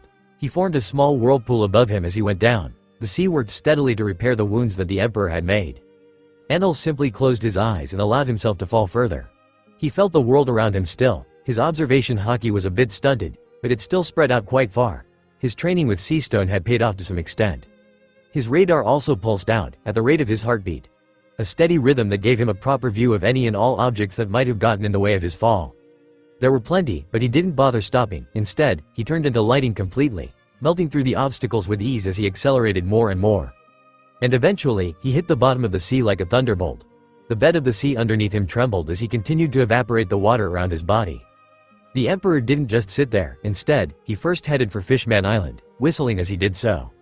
He didn't want to harm the bubble around the island and endanger its people, so he headed for the main entrance instead. Some patrols of Fishman soldiers did spot him, but they didn't seem to be too keen on stopping the man that was radiating enough heat to turn the water around him into a boiling soup. They kept their distance and observed Enal's shining figure with wariness while one of them ran off, likely to report the situation to the royal family. Enal finally turned off his lightning coating as he finally stepped onto the dry shores of the island. He took a deep breath and smiled. I always hated holding my breath. Thankfully this island is very outsider-friendly. Stop right there and state your identity and business. Well, at least its habitat is accepting of outsiders. I was already surrounded by fishmen from the moment I stepped onto the shore. They all pointed tridents at me, but only the one in the middle spoke up. He was certainly larger than the rest, by quite a bit. In fact, he was an enormous muscular shark merman, with a wide chest and large arms. He had a long face, framed by wavy fair blue hair flowing down to his shoulders, a sharp and pointy nose, and a dot of some sort printed on the middle of his forehead. He wore a dark garment around his waist, held up by an extremely long sash. He also donned a light blue long band, which passed over his shoulders, drawing a circle around the back of his neck, very similar to the band that appeared on Zone Awakenings. If I remember correctly, he's one of the princes, right? Enal scratched his chin as he morphed his gauntlets into a long staff, starting the fishmen around him as their hands trembled on their tridents. Whispers about them dealing with a devil fruit user of unknown origin were already spreading around. You know, it's much more polite to end before asking for another's name. Enal smiled at the prince. His friendly tone and attitude helped a lot in lessening the strained atmosphere. The blue-haired prince gulped a bit, as his eyes slowly widened in realization. He immediately waved his palm, commanding his man to stand down and stop pointing their weapons at the intruder. "My name is Fukaboshi, first prince of Neptune family. Apologies for the poor reception, we were not expecting to receive an emperor at this time." Fukaboshi bowed respectfully, treating Enel as if he would have a member of royalty coming to visit their island. "It's fine, Prince Fukaboshi, I came unannounced at what seems to be a rather turbulent time." Enel nodded to the prince, nodding his head in greeting as well. The emperor then looked at the guards around him, his eyes still friendly as he noticed their wariness. But their faces also seemed to morph in recognition. After that, their gazes only exuded admiration. Fukaboshi was also strangely welcoming. The prince didn't have that high of an opinion in regards to pirates from what the Sky King could remember. But surprisingly, or rather unsurprisingly, Enel was someone the entire Fishman Island respected greatly. He had done them a great service inadvertently when he saved Whitebeard at Marineford, and they had never forgotten it. Whitebeard was a great friend and ally of Fishman Island, their benefactor in a sense, the one to provide them with safety in the dangerous seas of the New World. Enel became their benefactor as well by helping Whitebeard. The timing is indeed quite strange. Just earlier we had another group of pirates visiting us. We thought you were an intruder. The prince apologized once more as his shoulders seemed to slump slightly. "That is quite fine, don't worry about it. I came here mainly to speak to your father and Poseidon." At that sentence, the first prince looked a bit confused, scratching his head before nodding. "I can lead you to my father, of course. I am not aware of Poseidon, however." "Very well then. I will follow you towards the castle. I hope we are arriving at a good time." I guess the princes weren't told about Poseidon. The emperor and the prince made their way towards the palace quite quickly. They didn't speak much along the way, but Enel noticed the gazes he received on while walking on the streets. Many seemed to recognize and admire him. It was odd to him, but he eventually did realize why that was. Right, saving Whitebeard. A decision that keeps paying off for me even to this day. The emperor and the prince then took a cart to the palace after passing through a good part of the underwater city. I guess it's time to meet the king. The Straw Hats seem to also be at the castle. Doesn't that mean the weird fish man will attack soon? Oh well, it doesn't matter. The palace was about as grand as one would expect from a royal family. It certainly had the grand architecture and golden look of a regular royal palace. Its decor was more sea-oriented, but that much was to be expected. The throne room itself was quite extravagant and large as well. Pieces of furniture made out of shells and decorated with shells littered the grand halls of the palace. The royal family and its servants seemed to be scrambling a bit to put together some sort of welcome for the emperor that had visited them abruptly. It wasn't exactly a surprise for Enel, as he could feel them scrambling from the moment he announced his identity. The other patrols must have reported his presence directly to Neptune while he was sightseeing with Prince Fukaboshi. But Enel wasn't the only man being guided towards the royal palace, though he did arrive before the other guests, namely the Straw Hats, who were being led by the other two princes, Ryuboshi and Manboshi, the second and third. Enel had to look quite far up to meet King Neptune's gaze. The Seafolk King looked even bigger than the emperor remembered him to be. He was even significantly bigger than the likes of Kaido and Big Mom, and Big Mom was almost a giant herself. Neptune was a giant-sized and muscular merman. A man with a downwards pointing red nose, small eyes, and long thick orange curly hair and beard. He was hairy in general, and he seemed to dislike wearing shirts if possible. He only wore a large jeweled golden crown and a pair of golden bracelets. He had no need for pants, as his lower body only consisted of his deep blue fishtail.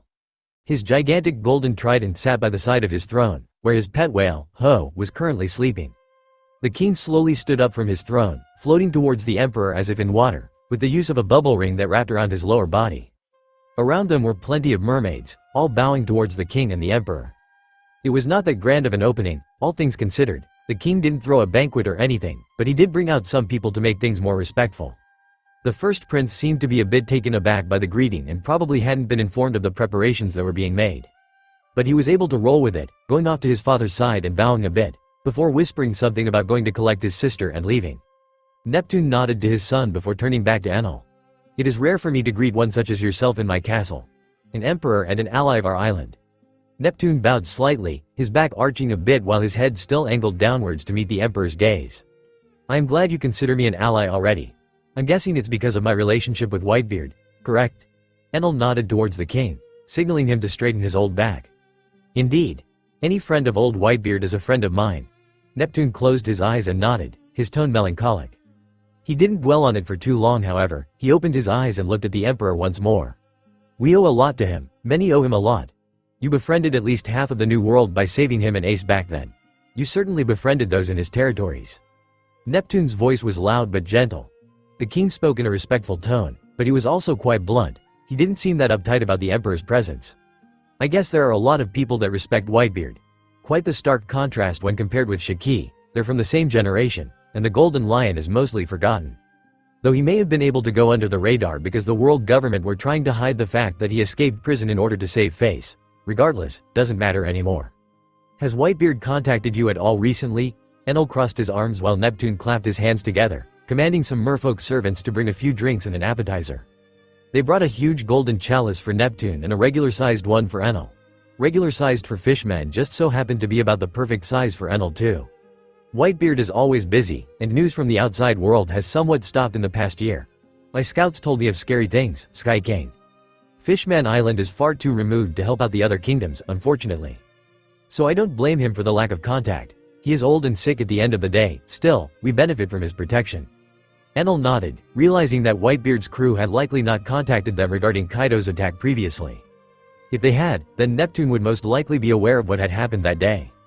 So Enel decided to give him a summary of what had happened. He had read Francisco's reports on the situation after all, and he felt that the Neptune family was deserving of such knowledge. Needless to say, Neptune was quite surprised by what he had heard. Although old and sick, Whitebeard had held back Kaido for a long time, leaving him with plenty of injuries before eventually defeating him with help. Kaido, the king of beasts, was now assumed dead, and no major news source had even attempted to write a story about it. The world was truly in the dark. It was a scary concept to Neptune, to live in a second void century. It made him grit his teeth, but there was nothing he could do. At least Enel brought good news. Besides the death of Kaido, Whitebeard was back to his youth thanks to someone in Enel's army. Sickness was not an issue anymore, and it likely wasn't going to be for a few more decades. His doctors were also there to stop the disease from spreading as severely as before since they knew that Whitebeard was predisposed to it. Neptune was more than happy to hear that. Both because he would now have the chance to meet his friend, Whitebeard, again, and because their people weren't going to run out of protection anytime soon. Ho ho ho ho, you bring such joyous news. This deserves a banquet, Neptune's voice roared as he shook his fist to the ceiling lights. The servants didn't need to be told twice, they immediately jumped into action, running off towards the kitchens to inform the royal chefs and setting up tables. Well, I won't refuse some good food. A lot has happened recently, a good celebration is indeed in order. Enel nodded, quietly matching the king's enthusiasm as his eyes shined a bit with blue light. The king seemed more than elated to see that. He laughed once more before patting the emperor's back in a friendly manner. No worries, you'll get as much food as you can stuff yourself with, ho ho. The king of the sea laughed out again, and two more people entered the throne room at the same time, startled by the king's loudness. Father? Is something wrong? A shy and timid voice spoke out first. Enel's gaze immediately followed the sound, although he already knew what to expect. A gigantic mermaid was the one to speak out. The king's youngest child and only daughter. Also, ironically the biggest one, being only a bit shorter than her father. She had very long, flowing pink hair with a fish-shaped hair grip. She wore a yellow halter top covered in pearls with a strap that stuck out at the back of her neck. She also wore clam earrings and belly chains with a cloth hanging down in front. Her tail was very long, light red and pink striped.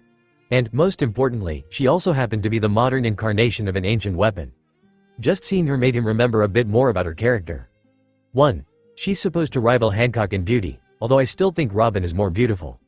Did I do anything wrong? Shirahoshi's eyes watered a bit as she looked at the ground. 2. She's an absolute crybaby. It couldn't be helped, the girl was 16 at the end of the day, just some teenager that lived a somewhat sheltered life. Nothing of the sort, dear sister. It's just that we have a visitor, and father wanted us all to be present. The first prince was the one to lessen HS so quickly that he didn't even give Neptune the time to think about responding. Oh, I understand. She immediately sprang up from her depressive streak, immediately looking around like a newborn chick, before her gaze finally settled onto Enel. Her eyes widened as a smile rose on her face. The man that helped Uncle Whitebeard. Hello, I'm Shirahoshi. She clapped once as she assessed the situation for herself. The king looked at Fukaboshi for a second, silently asking, "Why didn't you tell her about this before dragging her here?" To which, the first prince responded with his gaze. Didn't want to ruin the surprise. The emperor noticed their silent exchange, but he struggled to make sense of it for a second, and during that time, the little, huge, princess got closer at unexpected speeds. The emperor's head snapped back at her as she immediately laid down in the throne room, her gigantic tail swinging around behind her. Do you have any interesting stories with Uncle Whitebeard? He never visits us anymore. The mermaid princess smiled as her chin rested on her palms. Her elbows pressed into the ground that her cleavage also pressed so heavily to the point where the stone cracked a bit. Enal sweated a bit as he lamented her clumsy nature. I do have plenty of stories, you'll definitely hear some of them during the banquet, princess. Enal nodded to her before his right ear twitched. More guests have arrived. Enal smiled as the huge wooden doors of the throne room swung open once again. In came the other two princes, Ryuboshi and Manboshi. Ryuboshi was an orphish-like merman. He was tall and thin. He had wide eyes, long wavy dark pink hair, and beaver-like teeth. He also seemed to be the one wearing the most on his upper body amongst the entire royal family. He donned a fancy robe-like garment with sleeves that are puffed at the shoulders and wrists. He carried two swords behind him, held in place by an orange sash, signifying that he was a swordsman. Manboshi was quite the opposite of his brother physically. He was quite a bit shorter and extremely corpulent. Round, fat, he was fat. It was likely due to his race, however. His arms were much smaller and thinner than one would expect. For clothing, he only wore a blue hat and a yellow sash. Father, we're back with the guests. They're the ones that rescued Megalo. Behind them, riding a huge black shark with a bubble ring wrapped around its body, were the Straw Hats. Well, most of them anyway. Sanji was incapacitated somewhere at the shores of the island due to blood loss, unfortunately. It's better that he doesn't see the princess. He may actually die. Enel shook his head as he remembered the cracking marble under the princess's way. Oh, perfect. Everyone is here it seems, Neptune smiled as he looked at the newcomers. The Straw Hat immediately got off the shark, which rushed over to Shirahoshi, gently twirling around her in the air.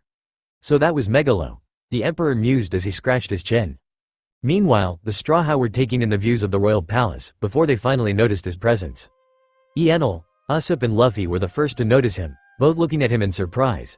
Then the rest of the crew mimicked their reaction with the exception of Zoro and Robin. Zoro just raised an eyebrow, looking at the emperor with a confused gaze. Did he get lost? How did he get here before us? Meanwhile, Robin smiled warmly when seeing him, a smile which he returned. Straw Hats. Great to see you've all made it to the Fishman Islands. Enel turned around completely to greet them, spreading his hands out and smiling at all of them. Shirahoshi also clapped a few times, thanking them profusely for saving her pet gigantic shark. How come you're here? Luffy was the first, and loudest one, to respond. He pointed at Enel with wide eyes. I felt like paying a visit to the Neptune family, have some matters to discuss still. But now that we're all gathered here, we may as well celebrate our reunion, right? She, you weren't even gone for that long. Luffy chuckled at the emperor's proposition, but it was impossible for him to refuse. Free meat was free meat, and the part started almost right away. Shirahoshi seemed to cling to Enel like an octopus, constantly asking him to tell her stories about his adventures. The Sky King relented most times, especially since he didn't have anything better to do. Robin noticed the two of them spending a lot of time together, but she didn't mind. She trusted Enel and knew that their connection was rather special.